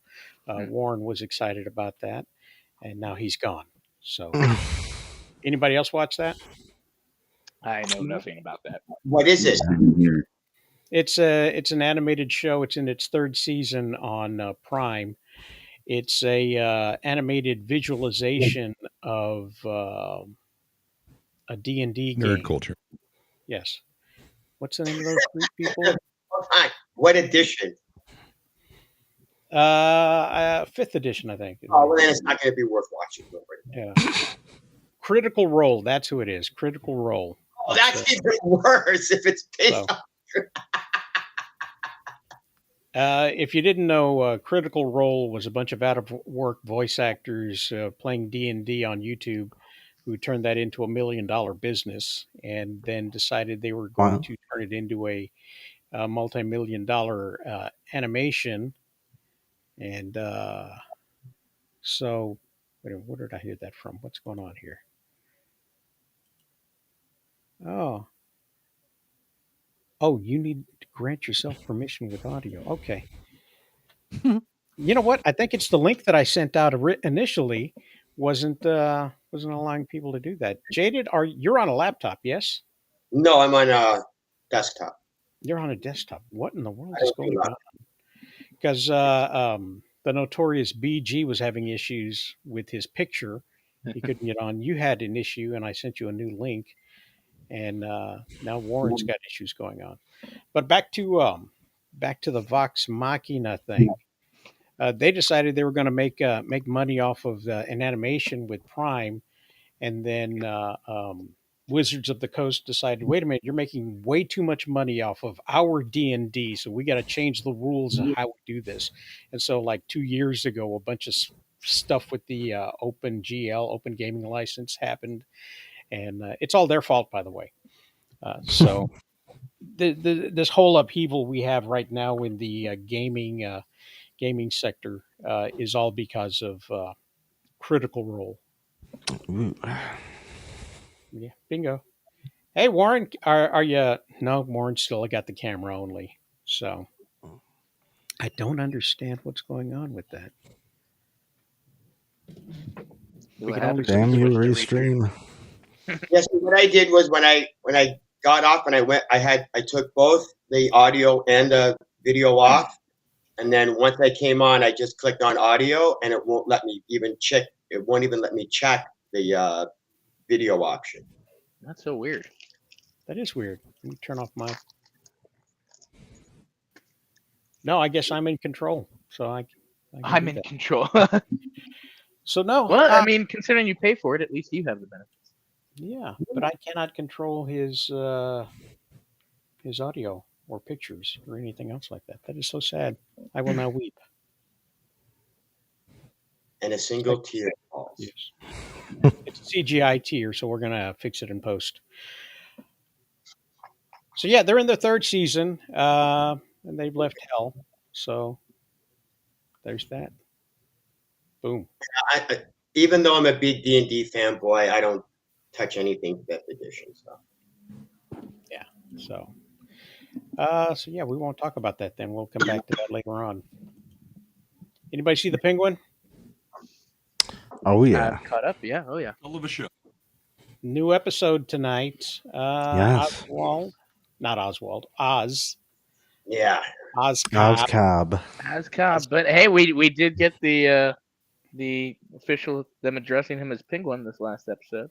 Yeah, yes, we did. And now he is out of the frying pan and in the fire, as everybody knows he's making a play. And he's burned all of the bridges, and now it's just him and the kid, all on his own. Biggerford, what'd you think of the show?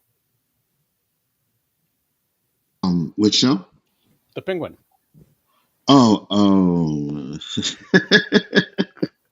Okay, so I got a hot take for you guys because I know everybody's loving the show. I don't like it. That's all right. I just But for me, it's because, and I say this a lot, like I'm not into the more grounded superheroes when they do that stuff. So like the Batman, I wasn't a fan of the Christopher Nolan Batmans. I wasn't a fan of those movies either because I don't like when they're grounded in real life. I want like fantastical superhero stuff. So when they do this, to me, it just seems like they took Sopranos and put Joker on it, Penguin on it. You've seen all the episodes? No, I stopped after 2. Okay. I stopped after 2. So you missed the vampire episode in Clayface. Right. They got Man Bat, man. Oh, I guess you're right. I did. I didn't know they did that. Okay. I'm yeah, live now, so I can't. I got to come clean. Ah, you see, you guys have me saying, "Oh wait, hold on, let me go check it out now." You see? Nah, it's just for me. Yeah, I'm just more into like I said, when it comes to the superhero. I can admit that it wasn't a bad show. The first 2 episodes I watched, they weren't bad. Like I was like, okay, this is pretty good, but it's not really what I want to see with my superhero villain stuff. Yeah, I can imagine that a lot of actual, not that you are, but a lot of actual real criminals are watching the show going, man, I get enough of this at home. Yeah, exactly. But Austin, you seem to enjoy it. Oh yeah, I am loving it. It is still, yes, to a certain extent grounded. I do hate that they use that word so much and stuff, but they do a really good job of, even though it's quote unquote grounded, it still feels very Batman and like a comic, and just because they don't call him Oz Cobb, they call him the Penguin. There's lots of references to Arkham and different characters. It feels so engulfed in the world of Gotham, which is a fantasy world, and it's more that they're just taking it very seriously. Nothing. It's all very serious to them, and so I'm really enjoying it. There's maybe one other issue I have is with the Batman being PG-13 and stuff. I do find it kind of interesting how at times you do have like Sopranos level language, F-bombs every Penguin throwing the F-bomb every other word and stuff, and I think that's fine, but I think with a show like this, and this being comics and your connectivity to the movies and just for sake of continuity, I think it's better off, they would have been more choosy and not been so over the top with some of those things like the language, because now, at least me, I'm going to be wondering like, wow, Penguin really put a filter on for these movies. So that's about the only thing I can think of that really I think kind of I can criticize and takes me out a bit. But other than that, I'm loving it. Awesome. I'm thinking maybe there used to be a thing where on occasion a TV show would get adapted into a feature film on occasion. Not it was very very rare, and Yeah. then you were excited with the fact that in your movie at the movie theaters you were going to get to see some things you couldn't see on TV, which is more language, Right. a little more leg and thigh, a little more TNA. And you're saying that the reverse is going to happen, and it's going to be a little bit disappointing. Is that correct? Is that what I'm hearing? I don't think it's gonna. You know what? It may be to some viewers. I'm not as nitpicky. It does take me out a little bit at times because again, when this show is Martin Scorsese gangster movie type language, and then you go to the Batman PG-13 and all these, Penguin. Some of these same characters are there, but they're restricted by doing some of these things. I think that you got to be careful of that and the opposite. Yeah, it can be the opposite, especially with this being like an HBO show. They get to do a lot more than just a regular cable network show, so they can go there. Even with the violence is pretty bloody and stuff too. And they're not gonna go there in the Batman either. Again, with their PG-13 rating. So I think they just need to be. It's not saying don't do it. Just be really choosy about it. Make it count. Make it really worth it, and don't overdo it. It's still a comic book and still a comic book show. And make those types of things really count, so that way they are more impactful in the movies. Fucking A, don't just throw it in there for shits and giggles. Exactly. Warren. Hi, I had to figure out the audio. That's why I left. Good morning. Yeah, good morning. Sorry. Yeah, Penguin. It's a really good show. I've been enjoying it. I think Penguin is an example that Sony needs to take of how you portray a character on the screen without having to use a movie. So I think Max did what Sony is trying to do, and you mean how to tell a villain story? Yes, while correctly. still keeping to the well, yeah. That's the other thing too, is the show, like, he may not be the comic Penguin we know now, but everything in this show is telling you by the end of it you're going to get that comic accurate Penguin. I think we're getting that Penguin. I think the thing is what I like is that he's the antagonist in his own show. He's not the protagonist, and we see him murdering people. And this is the people. The problem with people, and I think a lot of people will agree here, and even Jaded would probably agree with this one. People are so used to the cartoon one where, Batman is avoiding bullets and all this stuff, but a lot of it's like Gotham is a city that people avoid. People get murdered all the time. People get stabbed, shot, killed. It's a very gritty, grungy city, and it's very violent. So let's people need to forget. People think Batman's like Superman in some senses, but he's really not. Like, that's why Flash runs through the city. He doesn't stay in that city. So yeah, that's all I had to say. Yeah, no, it's definitely violent. But again, I think when you establish this universe in the movies first, it's kind of like Titans, right? Titans could get away with, even though it was a shit show, they could do a lot with their violence because they had no connection to anything outside of its show.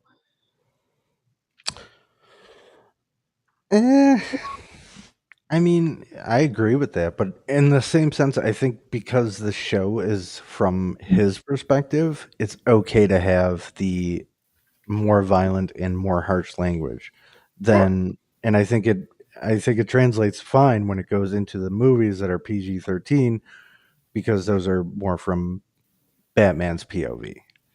So you're not seeing all that extreme violence or hearing all that extreme language as opposed to how this show is framed from Oz's POV. So I think it's okay. I think it does work. I don't mind. It doesn't really take me out of it. I've enjoyed everything they've done so far. Do you think it's a good example of what happens when Batman isn't around?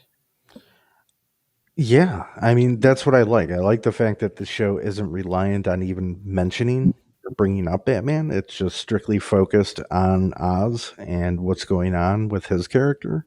And because of that fact, I think it makes the show so much better. It doesn't have to rely on anything like that. It can just stay focused, and we get a very nice character arc here and a nice look at the, inner workings of the Gotham underworld and how seedy and shitty it really is. Okay, I see it as a great example of how to fall upward or how to succeed without even trying. But we'll see how it works out in the end, because now he's got nothing to rely on. He's going to have to pull himself out of the situation that he's in as a character. So it'll be interesting to see what happens in the next 2 episodes, I believe, myself. Yeah. You and I are on opposing ideas on how it's being portrayed and how the character seems to be working out. And that's fine. It's okay to disagree on the way things are working. But I think we're now at a point where Oz is going to have to actually physically initiate his own success as opposed to relying on manipulating others. So it'll be interesting to see. Yeah, there's some interesting theories for this. I mean, but I think that's the thing, is we're seeing that rise to like the Penguin being able to have that authority. He's getting over these little things and making more bold decisions and things like that. And so I think we're gonna get there. Mm-hmm. Gray, you have the conch. You can do your fan casting now. I'm just trying to think. Every time I've seen this character portrayed, it's not necessarily by like a pretty boy. I love me some Colin Farrell, but man, like, do we need to go through that many prosthetics? Can't we just get like a Gandolfini type or a DeVito, somebody who's not traditionally handsome? Let them kind of really chew the scenery with this. I think we got a bunch of actors out there that would kill this role, but yeah, I'm digging what we're getting. Just as long as we're talking about like controversial castings, like why does this particular role have to go to like a Colin Farrell type? It just seems there are no talented fat guys who can. Come on! Because he was on the cheap. That's why he doesn't have any work. Yeah, but it's like 6 hours to get him to look like that. You could get somebody who can roll out of bed looking like that. Get Vincent D'Onofrio. I mean, that would be kind of awesome. Jay, did you were saying? I was just saying he needs a paycheck, and he was on the cheap, and he's got some type of name recognition, so that's what they hired him. Fair enough. That would be like saying, why did they hire Rob Lowe or anybody else? It's like they want, you've got some name recognition, and it's like he's on the cheap. He's not exactly going to be asking for $2 million an episode, that's for sure. The insurance will be cheaper. He doesn't like doing his own stunts. I don't think I can't think of a Rob Lowe film where they put him through like 6 hours of makeup to unpretty him. I get what you're saying, and yeah, like he does have some name recognition, but I'd have to think DeVito did as well. I still think you could kind of come up with a fun casting for this, but DeVito. I'm just saying DeVito went through a hell of a lot of makeup for that Batman movie he was in, so. Fair enough. There was the fake nose, but I think still you're not doing like full body prosthetics on him. I think most of that was his body. I think they did. Did in a couple of scenes. They did full body for DeVito as well as flipper hands and feet. The only one that really didn't have like full body prosthetics was the guy that played Penguin on Gotham. He just kind of looks like a dude. Yeah. Yeah. What do you think, Charles? Did you watch the show? Yes. He might not be with us. I think Charles may have stepped away. I did. I think there was an interesting juxtaposition in you guys talking about the show, because you had one person going, I don't have a problem that they're not even mentioning Batman, and they're distancing itself from that. But then somebody else is going, I love how they're enforcing how much Gotham is. And it's like, I don't get it. Why is it okay for them to incorporate something, but then they can ignore the actual Batman character that it's literally based off of, but that's okay too? Well, Batman's mentioned. They mentioned him a few times. Well, no, he's not going to be part of the show. Like, there's a reason for that, though, and it has to do with the legalities of putting Batman on television. Oh no, I agree. I've seen that. I understand that, but it's like from the audience perspective, it's like whether or not it's legally allowed.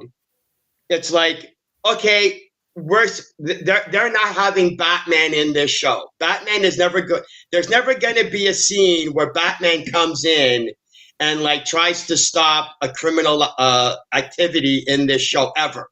And people are going, okay, we're good with that. And it's like, well, what do you mean you're good with that?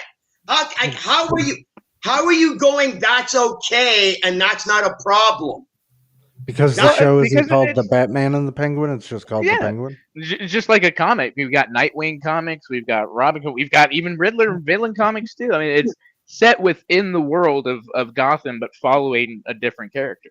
No, I understand that, but I'm saying this is literally a continuation from the movie. Yes. And this TV show that is literally a continuation from, that would be like there being a Penguin sequel and going, yeah, we're never going to have actually Batman show up. And you guys, again, hold on. It's not that he's not that he's not in the show or that he's not in the movie. It's that you guys are okay with it. That's what I don't understand. Because of the rules that they're giving us, like we've listed it out, not to spit it back in your face like being go ahead. facetious, but one, like you said, the legality. Two, they did mention him, and three, that they're gonna only focus on his character. We don't control if I think you would love to see Batman on the screen. Yeah, and I do want to throw out there, it's not the legality, because they have talked about and said that, yes, they did talk about putting Batman in the show. There's a couple reasons. The main one was that they didn't want to take away from Penguins and have this being like, I mean, Batman's a huge character. He comes into the show, that's all people are going to talk about. And so right now, it's a great show on its own within the world and stuff. You know, they're doing a great job with that type of stuff. If he does show up, he's got to benefit the Penguin and that character and that story arc. The other thing too is Warner has always been very, very, very picky about when and if Batman ever shows up on TV. He is a movie character. He is a theatrical character. If he shows up, we're seeing him from behind. There's a legal reason why. It's not, that has nothing to do with them being picky about Batman being on TV. If they could have done it in Gotham, they would have done it in Gotham. They did. They showed him from behind and in a shitty suit. Again, it's the executives don't want. It's not for me. They don't want to cheapen the character. There's nothing legal about it because they said they were going to do it rights for television. No, it's nobody. That was in who you said Disney? No, the ownership rights, the TV rights for being able to show Batman on TV is a legal quagmire. Which is why whenever you see after the Batman TV show from the 60s, whenever you see Batman on a TV show, he's either got to be blurry, he's got to be in fog, he's got to be from behind, he's got to be from the side, because it's a legal quagmire on Batman's legality on being on a TV show. Live action version. A live action version. Also, because after the rights of the 1960s, Batman thing, the legality of it became a quagmire because it's who technically owns seeing Batman on a live action on TV. Also, let's put into account that putting on, like, we've seen Max put Peacemaker on, who was I'm just using this as an example. They used Peacemaker in Suicide, they even referred to the Suicide. However, you can't.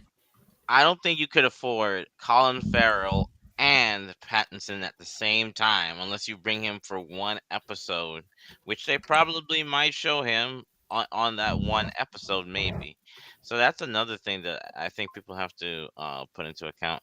I mean, I'm like what I'm saying to you, Jade, is not that I think people do have a problem. It's not that they don't. It's just that they control the rights of the show, so we can't put the character in and watch it. This is what we're getting. We're getting the Penguin in the perspective of him. So we're gonna get them. So there's nothing we can do.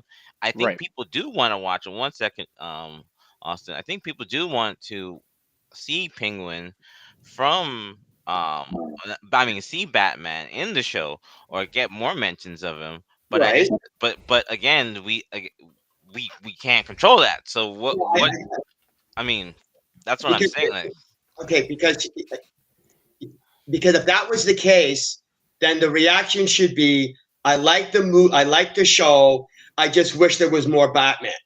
Instead, the reaction is, I like the show, and you know what? I don't care that there's no Batman. That's the issue. I don't see how a show standing on its own could really be an issue, though.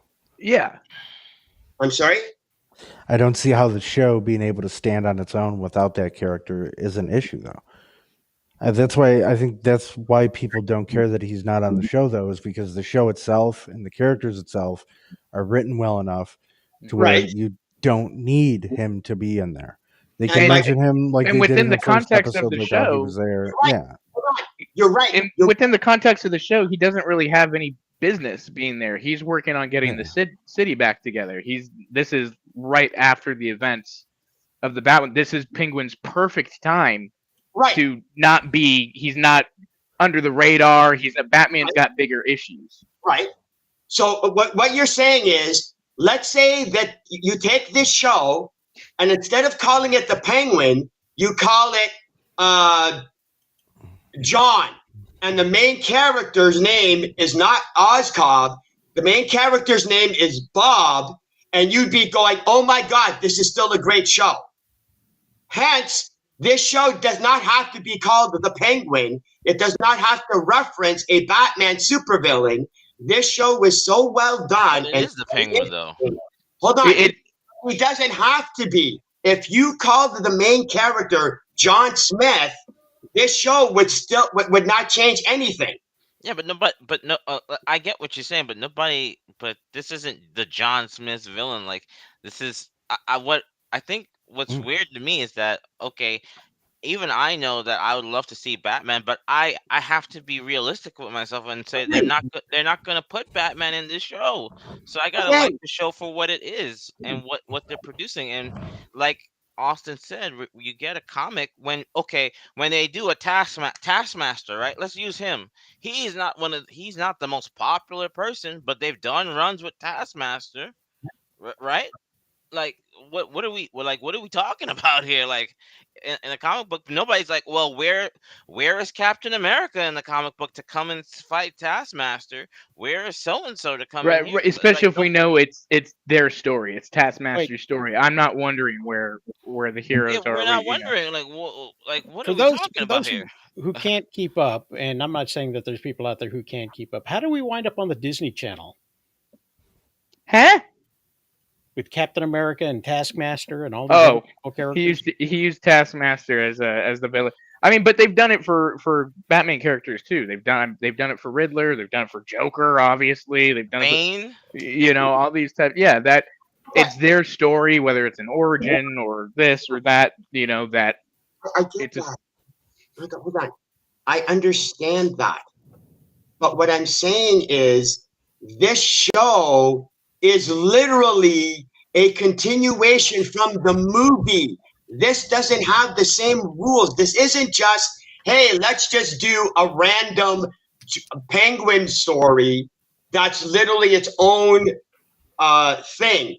You are taking a Penguin story that is a direct continuation from the movie. So it has from one plot line of the movie.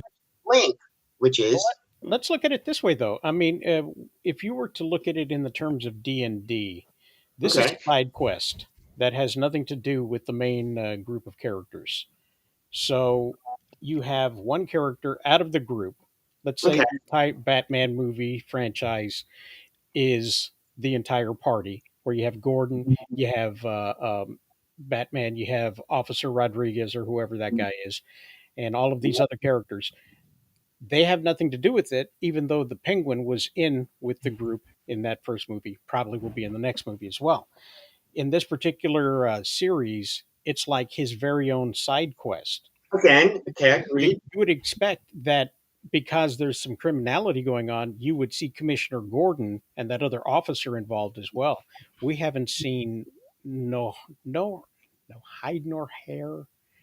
We haven't seen any of the cops really in the whole thing. So it's more akin to that than it is saying just some random movie that somebody decided to buy and slap a logo on it and call it part of the franchise, like it's like Joker. Yeah, the Joker movie is a great example. Oh, by the way, the Joker isn't actually the Joker. Yes, yeah, we talked about that. Oh, yeah. But that's the thing here. This isn't that. There, first of all, there are already many hints of the comic accurate cop, and the story is so big here where they just said where Penguin is going to be in these movies. There's enough to do this type of limited story show, whatever, right, and get his character to that point, so that way we're not spending that time in the movies. You know, and his character is already the Penguin we know, and got all that, and that's all been done in a show, and I think that's And if this was attached to a movie, we're looking at another, like let's say they wanted to include the Penguin story, we're looking at another. We're getting a Zack Snyder-esque 4-hour film here. I don't know. It's just I get. Trust me, I understand where your point is, and you have really valid points. That's not what I'm saying. What I'm saying is as much as we would like to see Batman, we gotta appreciate the show for what it is and how the fact that people can watch this show without Batman says enough right there. Not that he's not that Batman is not a great character, but how often has this failed where we get this side character or this? Well, I think Penguin's up in the A tier because he is always for Batman, and if you know your Batman lore, how do they get these characters? One of the main. So we've seen this often where they get these side shows and they don't even work out, or movies. It's actually refreshing. Let's look at that aspect. Hold on. And to add on to that too, this isn't going to be like some extended thing. From what I understand, Colin Farrell said he will do this season and that's it, and then he will return in a movie at best. Right. So it doesn't seem like it's going to be some extended like non-Batman thing. Right. Hold on. Maybe I'm misinterpreting what I'm saying. I don't want this to be a Batman Penguin duo TV show. I don't want this. I'm not saying that this show needs to go, oh, every episode has to be the Penguin going up against the Batman. I'm not saying that at all. What I was saying was I found it interesting how there was the idea of going, even though Batman doesn't even, even though Batman's not even a part of this show, or even there's a couple of scenes or a scene, an episode where Batman is even, seen or even as a body. Like, I'm not saying you actually have Pattinson dressing up as Batman and have a cameo in the show. I'm not saying that. I'm saying even just somebody dressed up as Batman and there's a scene of him, at least once an episode or once every 2 or 3 episodes, there's a scene where they're committing a crime or Batman knows that they're all together and Batman shows up and the Penguin goes, guys, scatter. And then Penguin leaves and you never even see the fight of Batman taking out the criminals. They don't even spend 30 seconds. They just have it that Batman showed up. It's the fact that Batman not even being part of Gotham is everybody's going, okay, that's fine. That's what I'm saying. I'm not saying that's wrong. I'm saying that's what's confusing me. Is that the bad signal not having Batman as part of the criminal element that the Joker is literally a part of. Like, as an example, the Penguin never has to make a plan. Nobody in this show ever has to take a plan into consideration of Batman showing up. And you guys are going, oh yeah, that's fine because but again, within the context of the story in the film, right? This is immediately after the event, like one day within the same week of the events of the flooding and all that. So Batman is off helping the city doing. His focus is not on. And we already know what he thinks of Penguin from the first film, a kind of low timing, criminal like him. He's not, maybe he's on the radar a little bit, but he's not there yet. What about the sister? The sister just got out of Gotham. She's now the head of the I forget the name of the family. The Falcone family.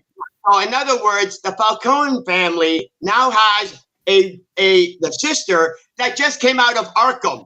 Yeah, I do believe Batman has a history with Arkham villains. But that's what I'm saying. To be fair, to stay within the lore of the movie, you have a city that's currently devastated, and Batman's probably, and again, unfortunately, we as the audience have to now think, and like you've brought this up in other things where why should the audience have to? This is where the audience has to think. He's probably off dealing with other things. Remember, the whole city got devastated by a giant. This man is not he is a billionaire, but he can't be everywhere every time. And even at the end of the movie, he admits there's gonna be a power struggle. So this isn't like he knows that there's things gonna be happening, but right now, like he can't handle it all. So I agree. I'm not trying to establish that Batman needs to be in this show every episode or anything like that. No, that wasn't an every episode thing. I'm just saying in general, he can't be everywhere. I think you're missing the point that Warren is trying to give you the reasoning behind why people are so readily able to accept the situation of the show the way it is right now, with a lack of Batman. Nobody's arguing that you're arguing for more Batman. I think what they're arguing is that you're not understanding the reasoning given behind your question. For this show, they've explained why Batman's not there. Okay. And with Sophia, I would say yes, but at the same time, the show has established too, she's never had anything to do with Batman or encountered Batman. This Penguin was the one that actually got her in Arkham. So, yeah. Not to mention the fact that I think it's his second year as Batman. Yeah. So you know what I mean. So yeah, I can understand. But wouldn't there be and I don't know, I haven't watched all the show. Do they even mention him though? Because I would at least think there would be a yeah. Oh yeah. Yeah, okay. He's mentioned pretty. From the first, they talk about Batman's helping the city. Batman did this, and and still very much kind of some elements too of that first film of the villains or the low timing thugs are kind of, they don't go out at night or are worried and scared at night and stuff because there's this Batman going around. So just out of curiosity, do you guys feel that the way the Batman movie, the feel of the Batman movie, is that being equally portrayed in the TV show, or do you think the TV show has a different tone or feel than the Batman movie did? No, it's got a different tone because it's got a different budget. And not only that, it's the volume. And not only that too, it's a different. It kind of, because of those events, right? It's a different city. So yes, there are criminals that mention Batman or worry, but also at the same time, Penguin is this is my time to take advantage. Batman is busy. Everybody's all the big leagues, right? The big names are busy. I'm the nobody. Time to make a name for myself. Oh no! What I meant was again, this is not a knock. I'm just kind of curious. Yeah. Because in the Batman movie, you had the tone that even the regular street criminals were a big deal. Even in the beginning of the movie, there was just a gang of guys, and even just riding the subway was just a dangerous event. And I'm just kind of wondering, that's what I meant by tone, where everything is dangerous, everything is gritty and stuff like that. Do you think is it a little different with the show, or is it a lot the same? Or it's a little different only because of the event that happened.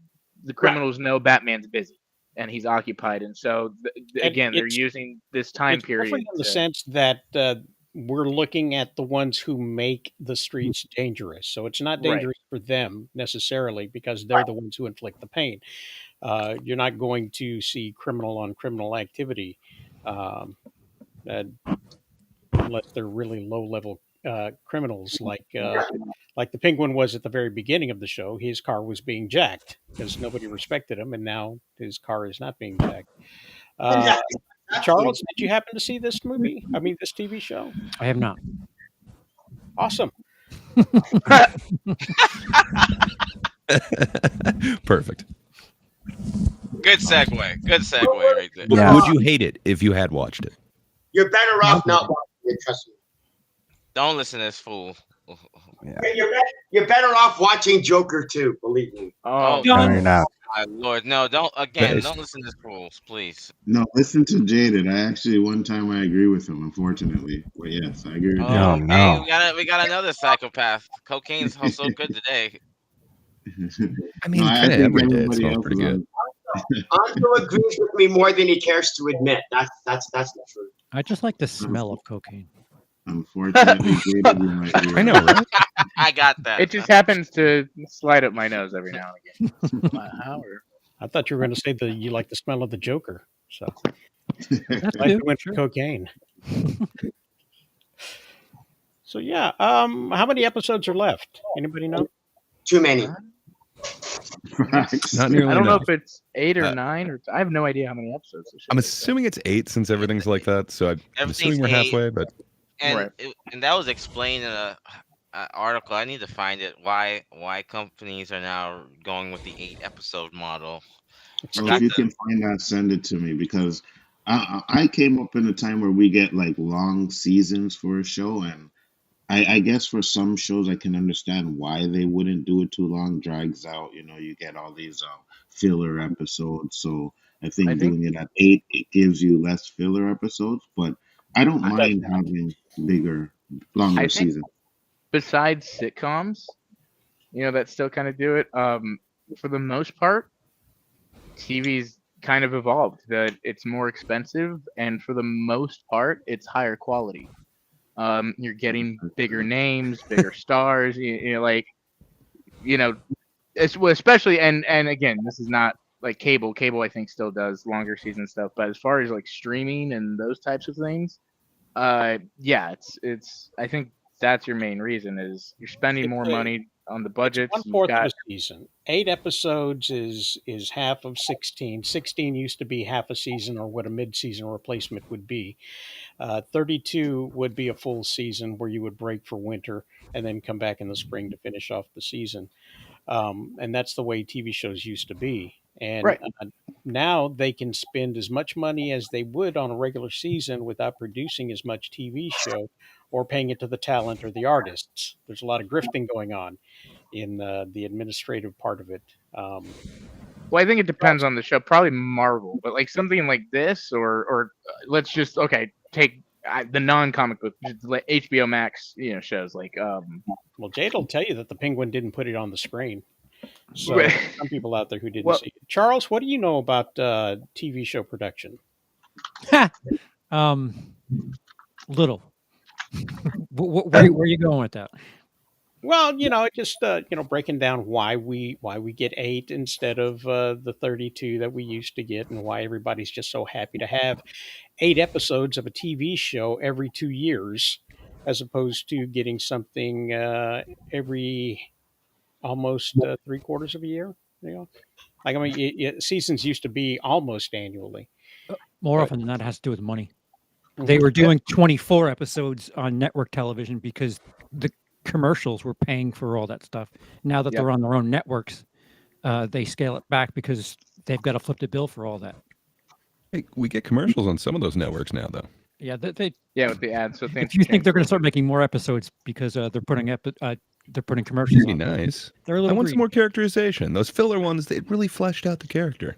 Plus, the other thing is licensing and just all of the pay. If you have a song in a show, if you redo it or you show it a year later, you have to pay the licensing all over again. And you know, a lot of it is kind of, you know, just them being cheap. I'm sending it now over. Okay.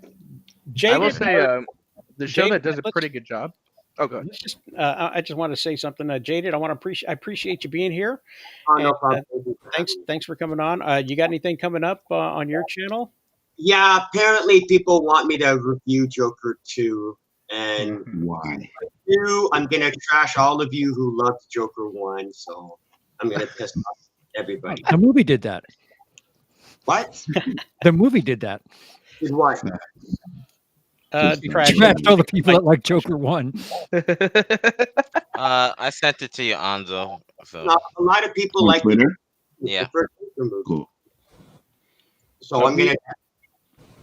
I love everybody going, who asked for the Joker 2 movie? I go, all of you that made the first movie $1 billion. What are you guys complaining about? I love being reminded that you're up in Canada. Yeah, I'm Canadian. You're lucky you actually have my presence. Biggerford, where can everybody find you, sir? Yes, my channel is Bigger Ford Entertainment. Thank you for the invite. I appreciated the conversation with all you guys. Yeah, if anytime we get an invite, like, come on, I will. I appreciate it. I'm glad your camera and your microphone were able to work where everybody else's didn't. So I'm technical with it, you know what I mean? So I used to use Restream at one time too, so that's probably why. Oh, well, there you go. There we go. But thanks for being here. Appreciate it. No problem. Thanks for having me. Take care, guys. Take care. Let's everybody welcome Miss 1776 to the program. Oh shit! Oh wow, the legend returns. Good to see you, 76. Is your camera working? Is your audio working? Is your audio working? Oh, I think she did what I did, which blocked my permissions to talk. Love the big entrance though. It was awesome. It was epic. We missed you. Everyone in the channel missed you. Hey, I wish. Let me send you a different link and see if that helps out in getting you to the program. What is this? That's not the wrong one. Hold on. I think something I did was incorrect. So maybe that's it. boy. I sent you a Batman picture. That was not what I was trying to do. I'm glad it was just a Batman picture. You ever do that? You ever accidentally send something to somebody you weren't expecting to? Where is that tab? Not a Batman picture, but yes, I know what you're talking about. I send armpit pictures that are sweaty. Oh, armpit pictures? Oh my gosh. Oh, okay. Well, there's a market for everything. There is a market for everything. Let me see. I'll do this. I'll do that. What if I put it here? I wonder if that's going to work. Try that link and see if that brings your audio back. Oh, she's gone now, so she can't. So let me do what? Screw it. Don't matter. Glad to have you when we had you. But we are done with that subject. I think we've talked enough penguin. You think? I think so. I think so. I hope we get to see real penguins in the show at some point. That's all I'm saying. During that conversation, you had enough time to watch the first 3 seasons of Vox Machina. No? Okay. What about what's in theaters? We can do that. Yes. Oh, let's see. Hell yeah! Let's go. I'm gonna use the restroom, but okay. Then we'll ask you about the color of Green Lantern when you get back. Let's see. If only we had Chillmonger here for the Green Lantern. So yeah, this is what's coming out in cinemas today. Oop, I heard something. What's going on? Hell yeah. What is it? Oh, it's a Discord.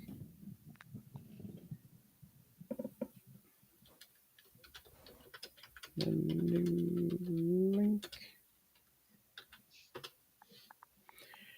Yeah, so the Terrifier came out this weekend. It did. Apparently one clown wasn't enough. So this movie seemed to make a lot of people happy and did some big numbers, maybe? Is that what happened? It did. 18.3 Compared to million. its budget, yeah. Compared to its budget, I mean, it almost came to.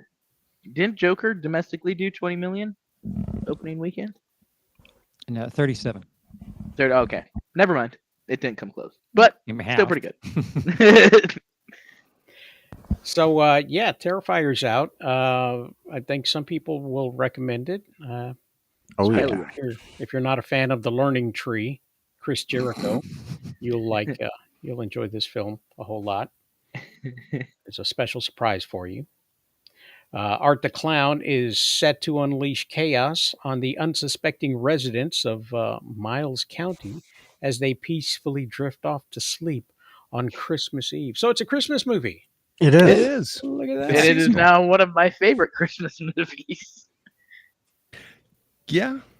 Well, look at Michael. Well, hey, Michael. Hello. Yes. And yeah. Yeah, So this is anybody got 2 anything thumbs to up. say about 2 thumbs up? Yeah, this 3 movie was thumbs up great. for me. Absolutely. 3 Made it thumbs on my great. top 10 of the year. I loved it.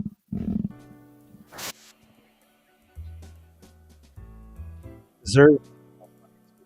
Absolutely.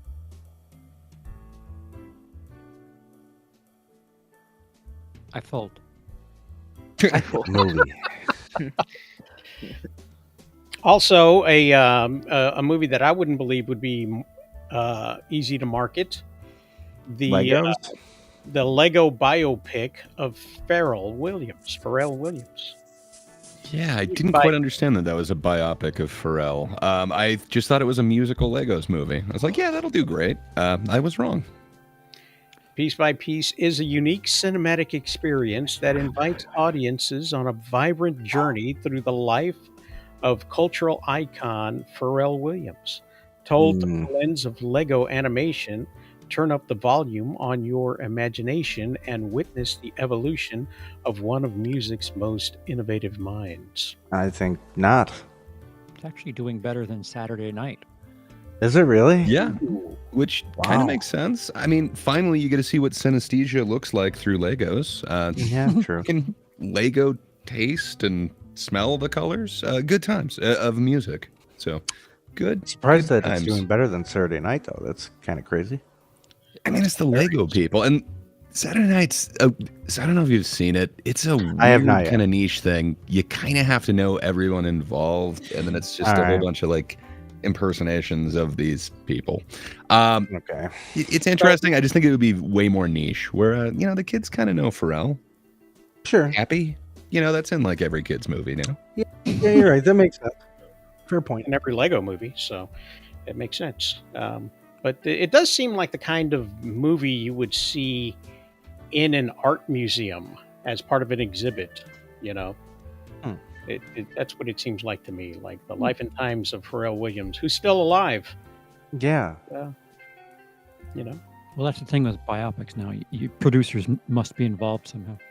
Speaking of Saturday Night Live or Saturday Night, the movie did about as well as the TV show does on Saturdays. And got about as much acclaim from a handful of people.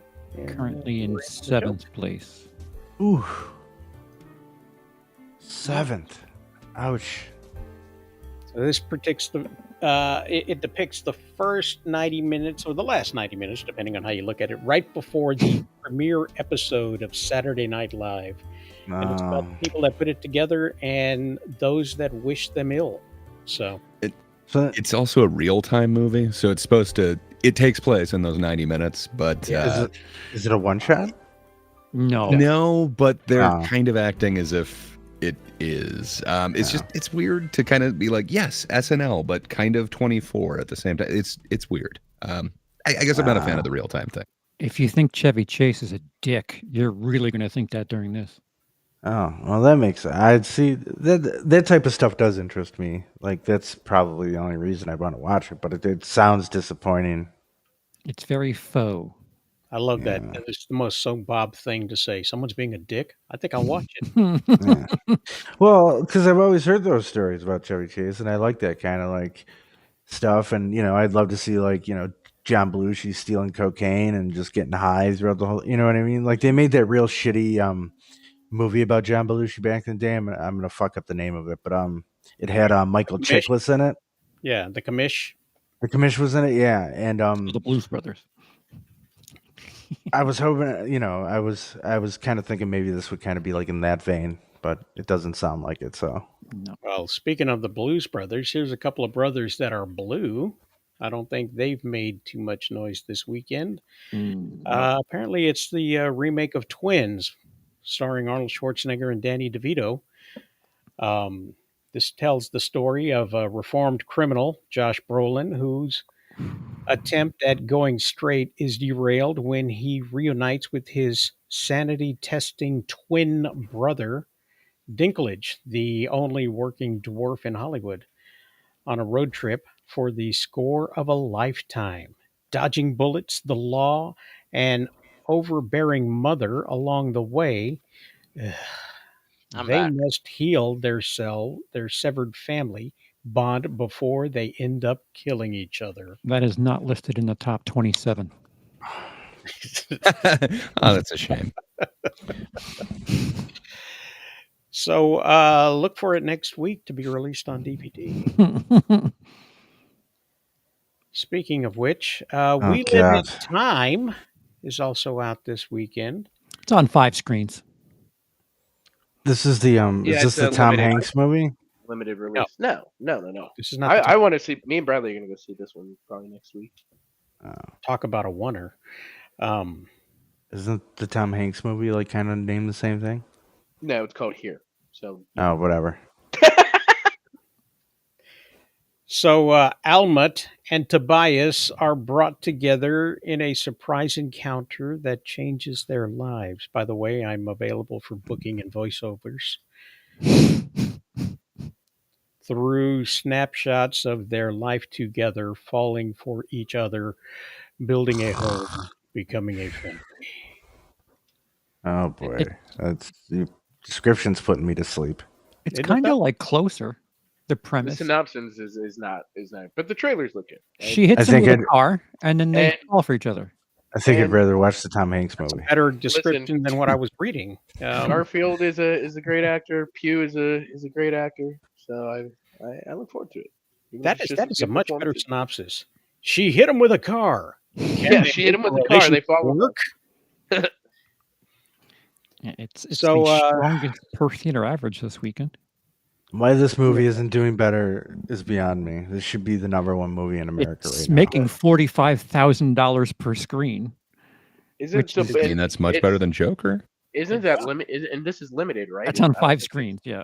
Yeah, that's Yes, pretty it's a good. limited release. This is with Sebastian Stan, right? Yes. Yes. Tells the story of how Donald Trump learned to become an a-hole Yeah. Mhm.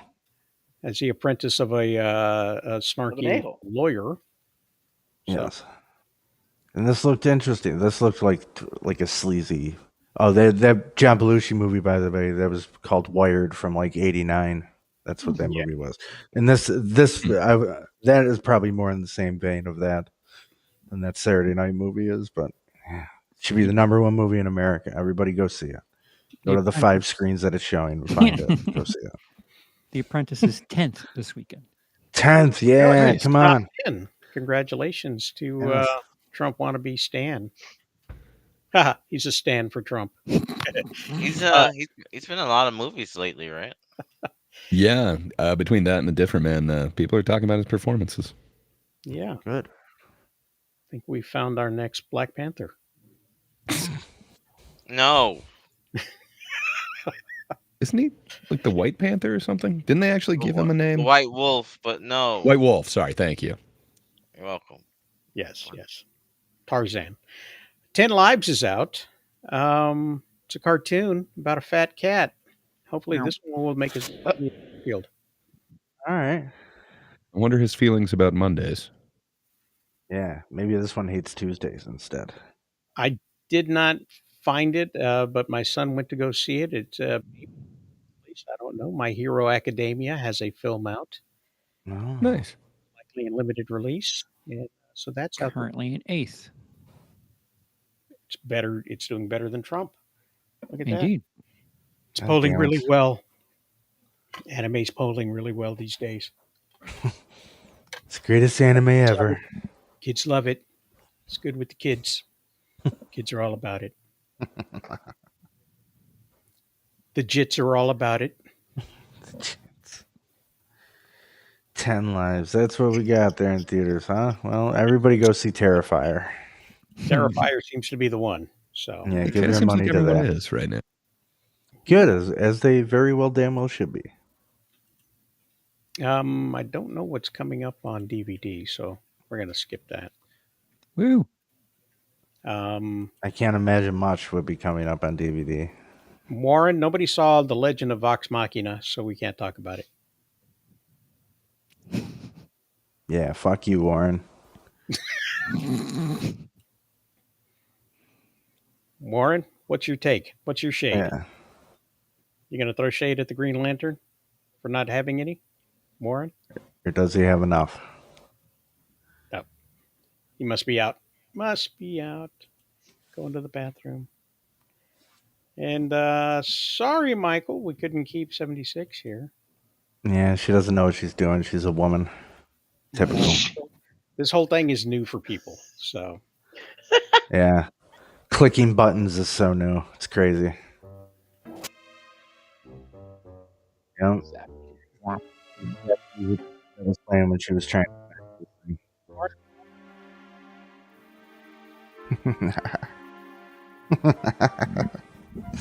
Oh, Warren. I'm hunting wabbits. Warren. Shit, we finally got him. Wherever you are.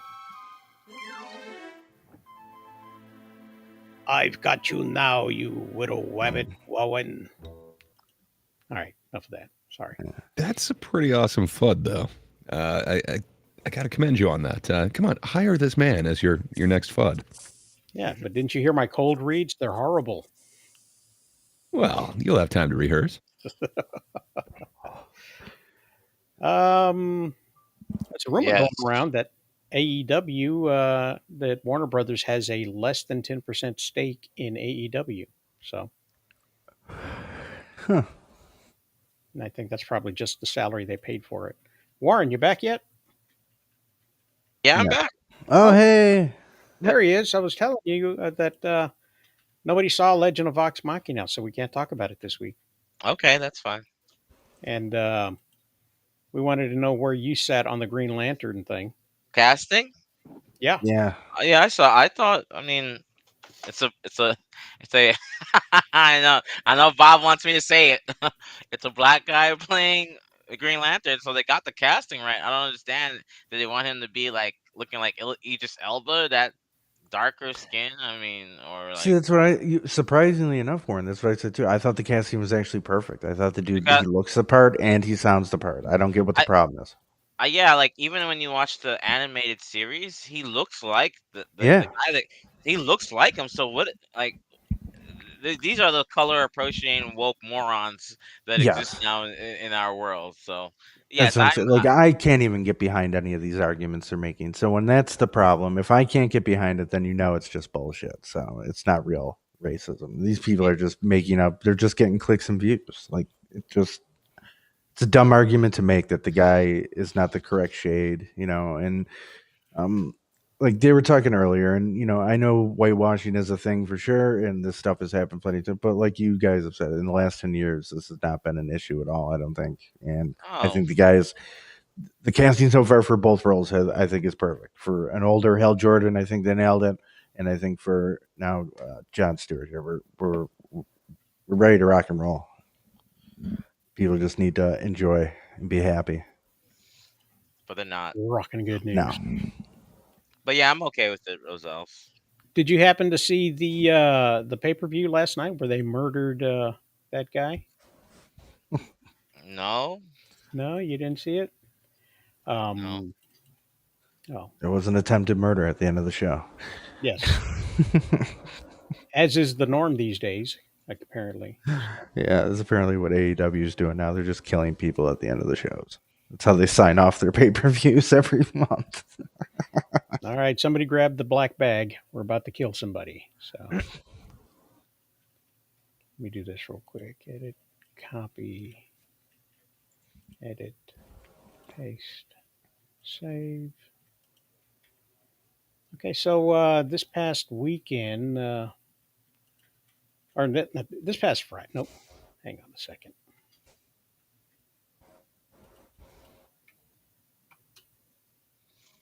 Oh, I've got one. Look at that. Where is it? Let me grab it. We talked about Henry Cavill and Oh yeah. the fact that he's now in Voltron and he's also in the Warhammer 40K, and he did Superman, and he was also Sherlock Holmes and all these other things where he seems to be a big old fashioned geek. What do you think, Warren? Why do I even try? True. Good point. Got him Roy. for 1 second. Yeah. Yeah. All right, Gray, you take over. Yeah, I think he seems to be an authentic nerd. What can I say? It seems like maybe he was just a fan of certain things, but no, he seems to be a fan of like everything geekdom and nerddom, and man, it seems authentic. So, hell, it's kind of awesome that he seems to be so passionate about a lot of these properties, if you will, when it seems like a lot of the people behind them don't seem to be, or at least the ones adapting it. So, yeah, it kind of excites me. I had no real, I don't know, dog in the fight for this Voltron thing. I think they relaunched it again like 10 years ago, and I really did not pay attention to that one. But I don't know. I might pay attention to it this time just because he seems to be passionate about it. Hopefully that means we're going to get something good out of it. Well, everybody and their mom used to be afraid of playing Superman because of the whole stigmatism that was around taking such an iconic character and Sure. letting people down to it. And it seems he's broken the mold and is no longer considered strictly Superman based Snyder stands aside. But how do you feel about the idea of him being part of a robot that is made up of other robots made by driven by people piloting them? The Power Rangers? Voltron. Yeah. No, yeah. I actually don't know much about Voltron at all. Congratulations to Cavill. Happy for him.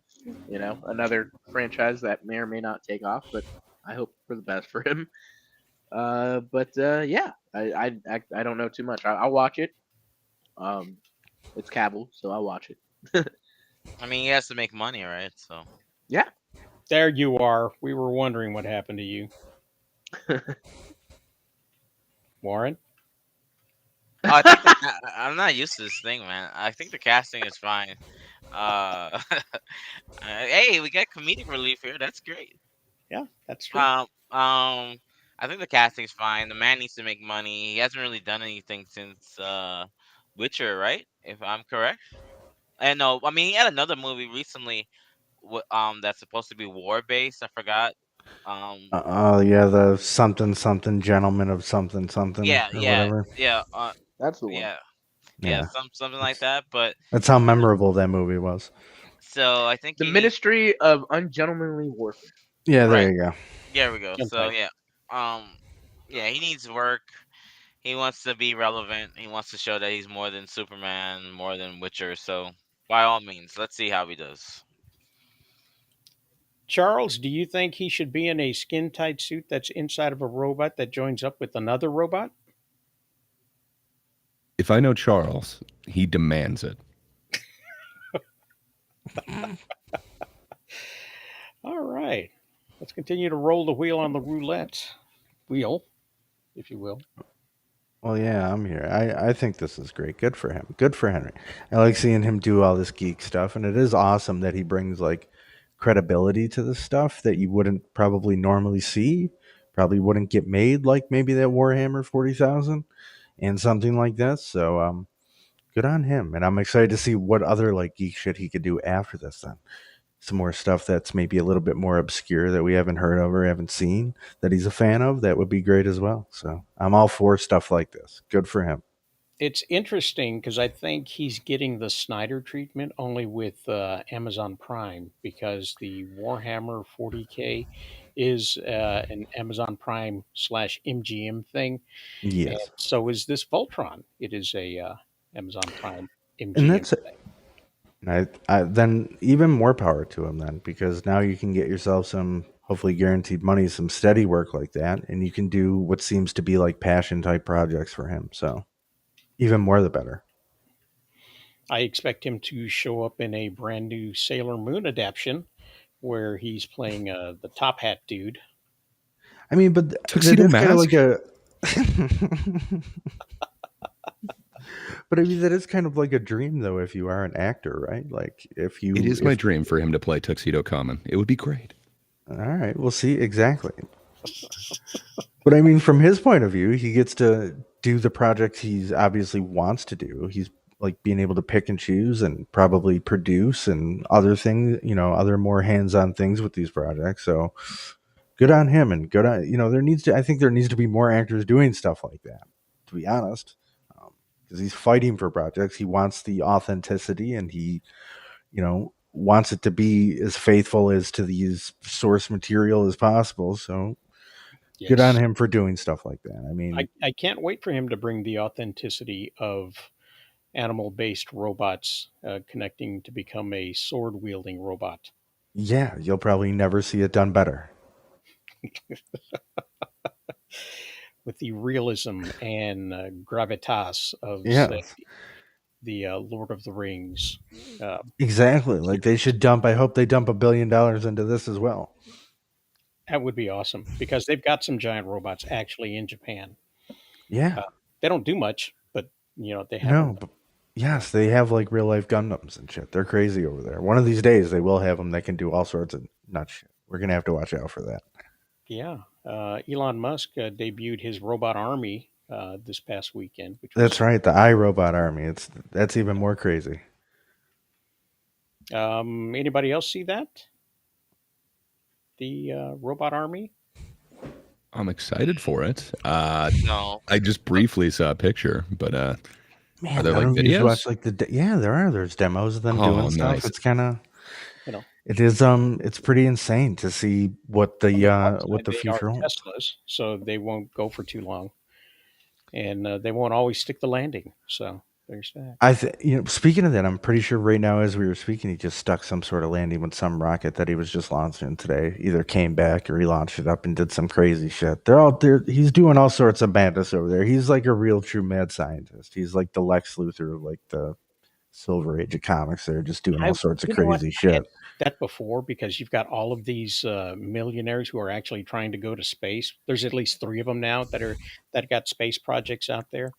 And not only did I wonder what do they know that we don't know, but I also wonder, why do we have all the Bond villains with no James Bond? Right? That's what I'm saying. Gray, do you think that more of these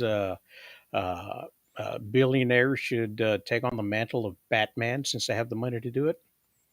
I mean, it would be kind of cool, but they'd still have to play their part. They still have to be kind of the sleazy rich guy who no one would suspect. So, yeah, keep doing what they're doing. I hope they secretly are fighting crime. It'd be great. Henry, I'm planning on doing a reboot of Dynamo if you're interested after you're done with Voltron. That might work. Scan the QR code to find out more. I think it would work. He looks the part. Yeah. And I didn't just hunt the internet down to find a random picture that makes him look vaguely like the character. It's just, No, he just looks like him. yeah. I think that's great casting right there. Henry, if you're watching, check this out. Give Rosales a call. Be my Dynamo. So there's that, guys. Hey, what do you think of the new setup? Is it working out all right? I do enjoy it. I do enjoy this. It seems way more fluid for you. You seem to be able to do stuff on the fly pretty quickly. Yeah, it seems awesome for the connectivity issues. Out there for a second. You kind of went muffled. Nice. For a second. I was just going to say some of your guests might be having a little bit rougher of a time with it, but I think everybody else digs it. It seems really smooth. Yeah. I think if you get in first, you're good to go. So you start showing up late, you start losing features. Is what it seemed like to me. The later ones either had to choose between showing off your pretty little faces or your dulcet voices. So, the sooner you get here, the first slot you get, I think that's probably what's going to happen there. Growing pains happens when you grow your stuff. Speaking of growing, we are darn close. We are at 392 subscribers on the Rosado YouTube channel. So please, by all means, if you haven't already, like and subscribe to the thing and share this with your friends. If you're watching this on the Rumble, which we are doing today, also do the same. We've got 2 followers on Rumble. However, we do have some people who watch that are not subscribed. So there's like the last time we did a show, which was Friday, we had like 52 people watching. Oh shit! So that was a good haul for us on Rumble. So if you're watching the show, please give us a like and see if we can do that. Let's see, we're still at what, 392? As soon as we hit 395, I'll end the stream. How about that? If you want us to leave, give us a like. Wait, that doesn't work, does it? I mean, it could. Is it backwards? I don't know. I don't know how this stuff works. So somebody jigger the algorithm. Is that what you say? Is that what the kids say these days? The jitters out there. I mean, one could say that term. Sure. They say something that's just from the 60s and try to zoomer it. So no, they wouldn't say jigger. They wouldn't jigger that. No, they wouldn't jigger that. Not anybody other than the people that Bob know. I don't know. Bob seems refined today. We're not dealing with Bob the Goon. We're dealing with Bob the Professor today. Well, he's the notorious Big Quote G. Oh, I see. I stand up for the Green Lantern over here, and now all of a sudden I'm distinguished, huh? That's how it goes? Yes. You're an honorary man of color. I mean, clearly, Joker couldn't hire you for the second movie, so. Oh, well, you couldn't pay me to be in that second movie. That fucking no. Speaking of which, I pulled out all of these rainbow colors to let everybody know it's Hispanic Heritage Month. How is that? Yeah, it is. Well, buenos dias. Man, thanks for letting us know. If you're a fan of Hispanic stuff, I'm of their women, yeah. Yep. Give us a like and subscribe if you're a fan of Hispanic stuff. I am. So, also, I'm wearing my spooky season shirt because it's spooky season. It is. Nice. Go out and my Zach Baggins Haunted Museum T-shirt on. So, well, nobody can see it, so that's fine. That's true. But Bob, that's me. You, Austin. What are you doing this week? What am I doing this week? Let's see. Obviously, Bob and I run a. That was awesome. Fix that. Hold on. Bob and I run a little podcast, a little show, a little shindig, once a week, kind of covering the elections from both sides of the aisle. So if you're into hearing two guys just conversate and chat, have some good conversations about what's going on and how things can be a little bit better, then definitely tune in. Probably an episode of the Hard Focus podcast, and then next weekend, the 20th, my short film Stab, which is a little short film set within the world of Scream franchise, will be out. So lots of fun, cool little things to look forward to, and then that's about it. I'm a firm believer that arguments solve nothing and convince nobody of anything. So when I see two guys letting each other speak without listening to each other, I think it's more refreshing, I especially when agree. it comes to politics and things of that nature. So That was I'm- our logic behind it too. I'd much rather watch people actually get places in a conversation than yeah. scream at each other. Yes, and I would say this week here coming up is whenever we do record, it's going to be very fun, especially for me, because it's been a great week for me. It's been amazing. I can't wait to go over everything that's just been going on, because I've been having a ball. It's been hysterical. Everything that's going on in this wacky world of politics that we got going on right now on both sides. So I got a whole bunch of clips and stuff I'll be sharing, and a whole bunch of fun that we'll be having, because my God, we have some meltdowns, we have some wacky statements, we have all sorts of goodies, and it's going to be a fun time. So yeah, definitely join us on Awesome Stream. Clips, are you? Oh, I have all sorts of clips. I got clips like that. I got clips of just of Obama just absolutely just scolding his fellow brethren for not showing up in droves. A So stark this is contrast from what we saw at the DNC, which was Mr. Happy Go Lucky is not happy or go lucky right now by any means. His third term is slowly falling out of his grasp, so he's not happy. But so definitely join us over on Austin's channel for that. So that's where you'll catch also me. we'll be live for the election. Yes, absolutely. The race to 270 will be filled with some laughs for sure. Absolutely. And some fun. Watch the numbers as they change in real time. Absolutely. Which I guess a little hint for that too. On election night, you can find Bob and I on. I'll promote it this time so Bob doesn't get annoyed, on the Joker's channel, Joker's Corner, which will be returning on Election Day, November 4th. So there you go. Awesome. Fun. Yeah, Joker's under the weather. He was going to join us this week. However, auditions come up, when you're actually a working actor. And when you party too hard, you can blow your voice out. And, I'm not sure what exactly happened, but well wishes. He had a friend come into town. We'll say that much. Okay. Took him out. Okay. All right. Well, wasn't any information I was going to bring up, but thank you for doxing him. I don't know what happened. I don't even know what doxing means. Do you know what doxing means? Wait a minute. Who'd we lose? Oh, Charles. Looks like we lost a Charles. Yeah, Why poor don't you tell us Sheepo. where Charles is going? Sure. I apologize about the dogs barking in the background, but show business. It's on Charles's channel, YouTube at Willisgredia, youtube.com/Willisgredia. Come check it out. He's going to go over the box office, talk about one clown movie completely trashing another one.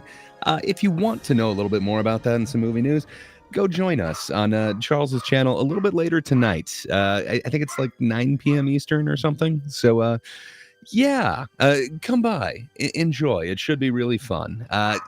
Enjoy that later this evening. Usually Mondays, we're trying something new. We're trying Sundays. So, please join us. Now, I'm hearing a Chihuahua or a Pekingese. What am I hearing? It's a Shih Tzu mix. He's got a bit of terrier in him, but he's kind of a terror and definitely has a Chihuahua flair to him. But sorry about that. Apparently, he just will not stop barking at the neighbors. So my bad. Well, you know what? You should keep your eye on them too. So there you go. Dogs know. Where will you be later this week, sir?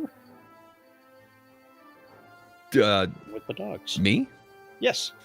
So I've had a couple of requests to kind of explain why I don't hate a certain movie that apparently everybody in the world does. I'll finally be putting a video up on my channel in the near future. So if you kind of want to hear why somebody doesn't hate this thing that everybody else does, come listen to it, because I think there's plenty of reasons why people aren't happy with this folie à deux.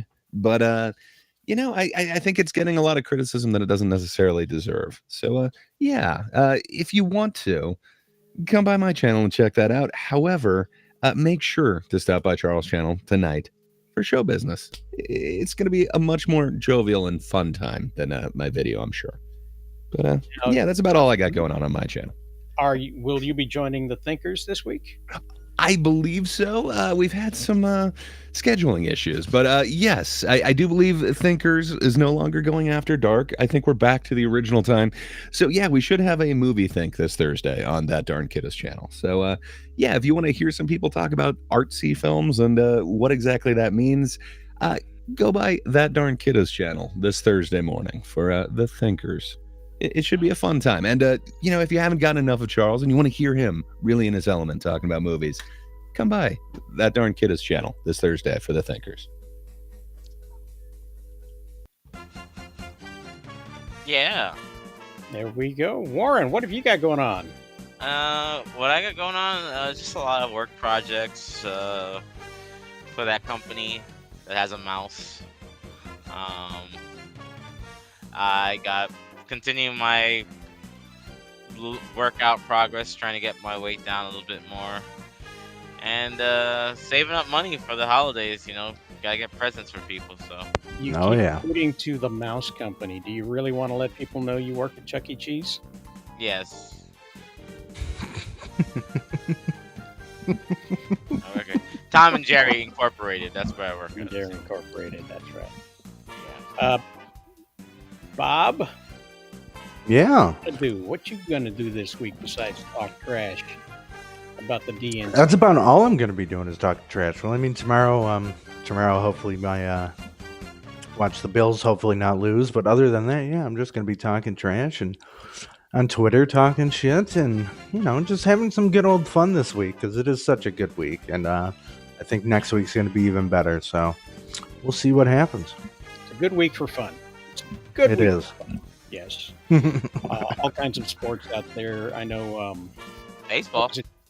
Charles is all about the baseball, so there's some baseball action. Maybe we'll pick that up next week and we'll find out what's going on in the what do they call it? A field?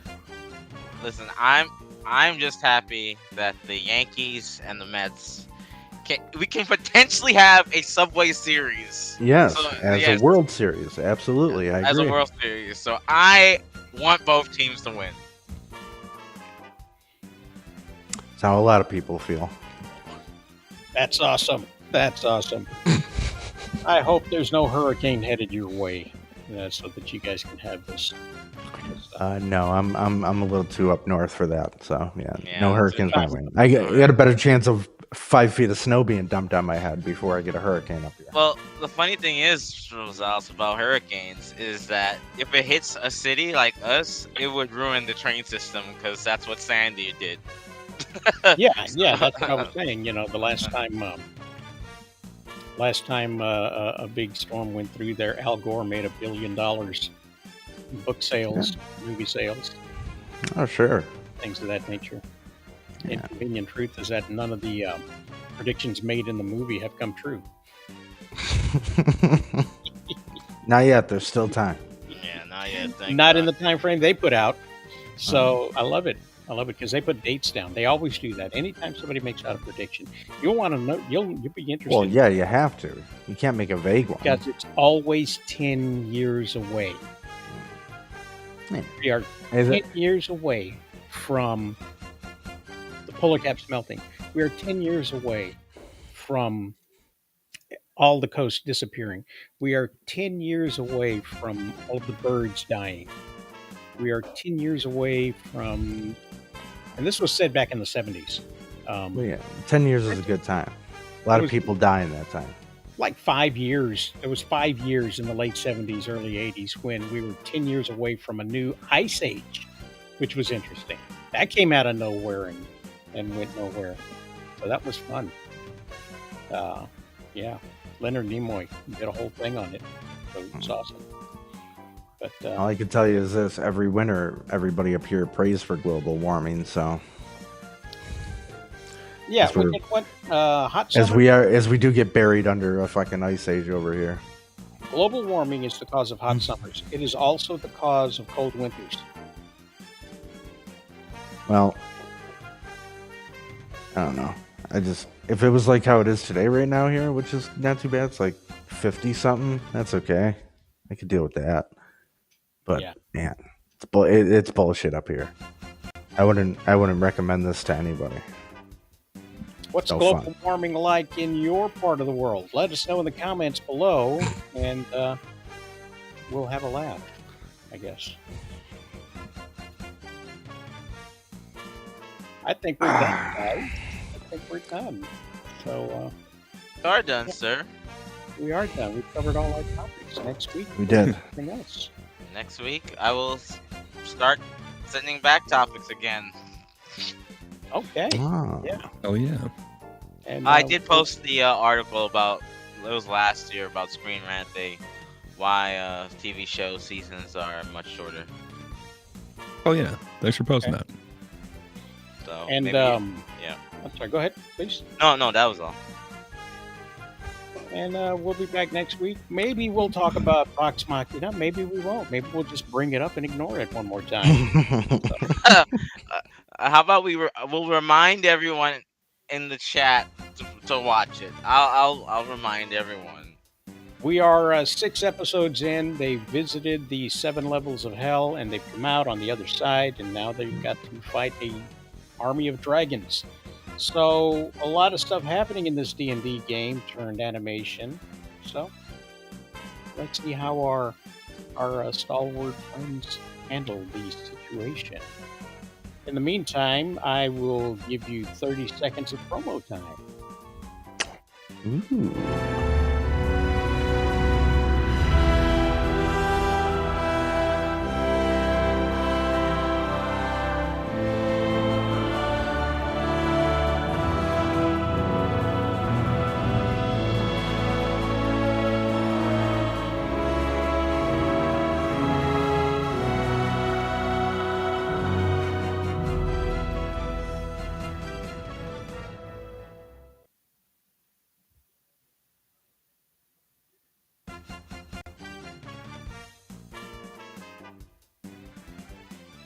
Okay, that didn't work out exactly. That was a good first promo. Yeah, the first great, one was very nice. We will. I like that actually. We'll Yeah. figure this out in a minute. But that music was not supposed to keep going. It was supposed to end when I went over to that. So, gotta love it. Gotta love it. It's growing pains, everybody. Boomer moment. Also, one quick note to you at the Rumble, singular. Yes. Rumble. When this stream ends, because it's a little different than StreamYard, it's actually going to end. So we don't get to spend that super secret quality time that we used to spend with you on the Rumble. So when the show ends, it ends. Sorry, one guy. Sorry, one guy. Used to be such a treat to throw all those the foul language at you and the random pics of nudity that Cole would throw at us. Yes. Flash on the screen and stuff. It's probably the entire reason he's been here the whole time on Rumble watching. He's been waiting for that just 5-minute extra at the end. Now he's not going to get it. On selective Friday nights when we pick an edgy subject to talk about and then just kind of randomly go on different subjects. Yeah. With Rosales After Dark. And at the request of Charles, I've made an intro for it. So next time we do it, we'll have an intro. Yeah. Chock full of smooth jazz and people drinking alcohol. So, ooh. Hell yes. Fun little thing. So, thanks for joining us. Appreciate it. Thank you guys for being here once again, one more time. And we'll get out of everybody's hair and make it a great Sunday. Peace. In your eyes 風がそっとささやきつけて君と過ごす未来描くよどんな困難さえ乗り越えてそばにいたいから決して終わらない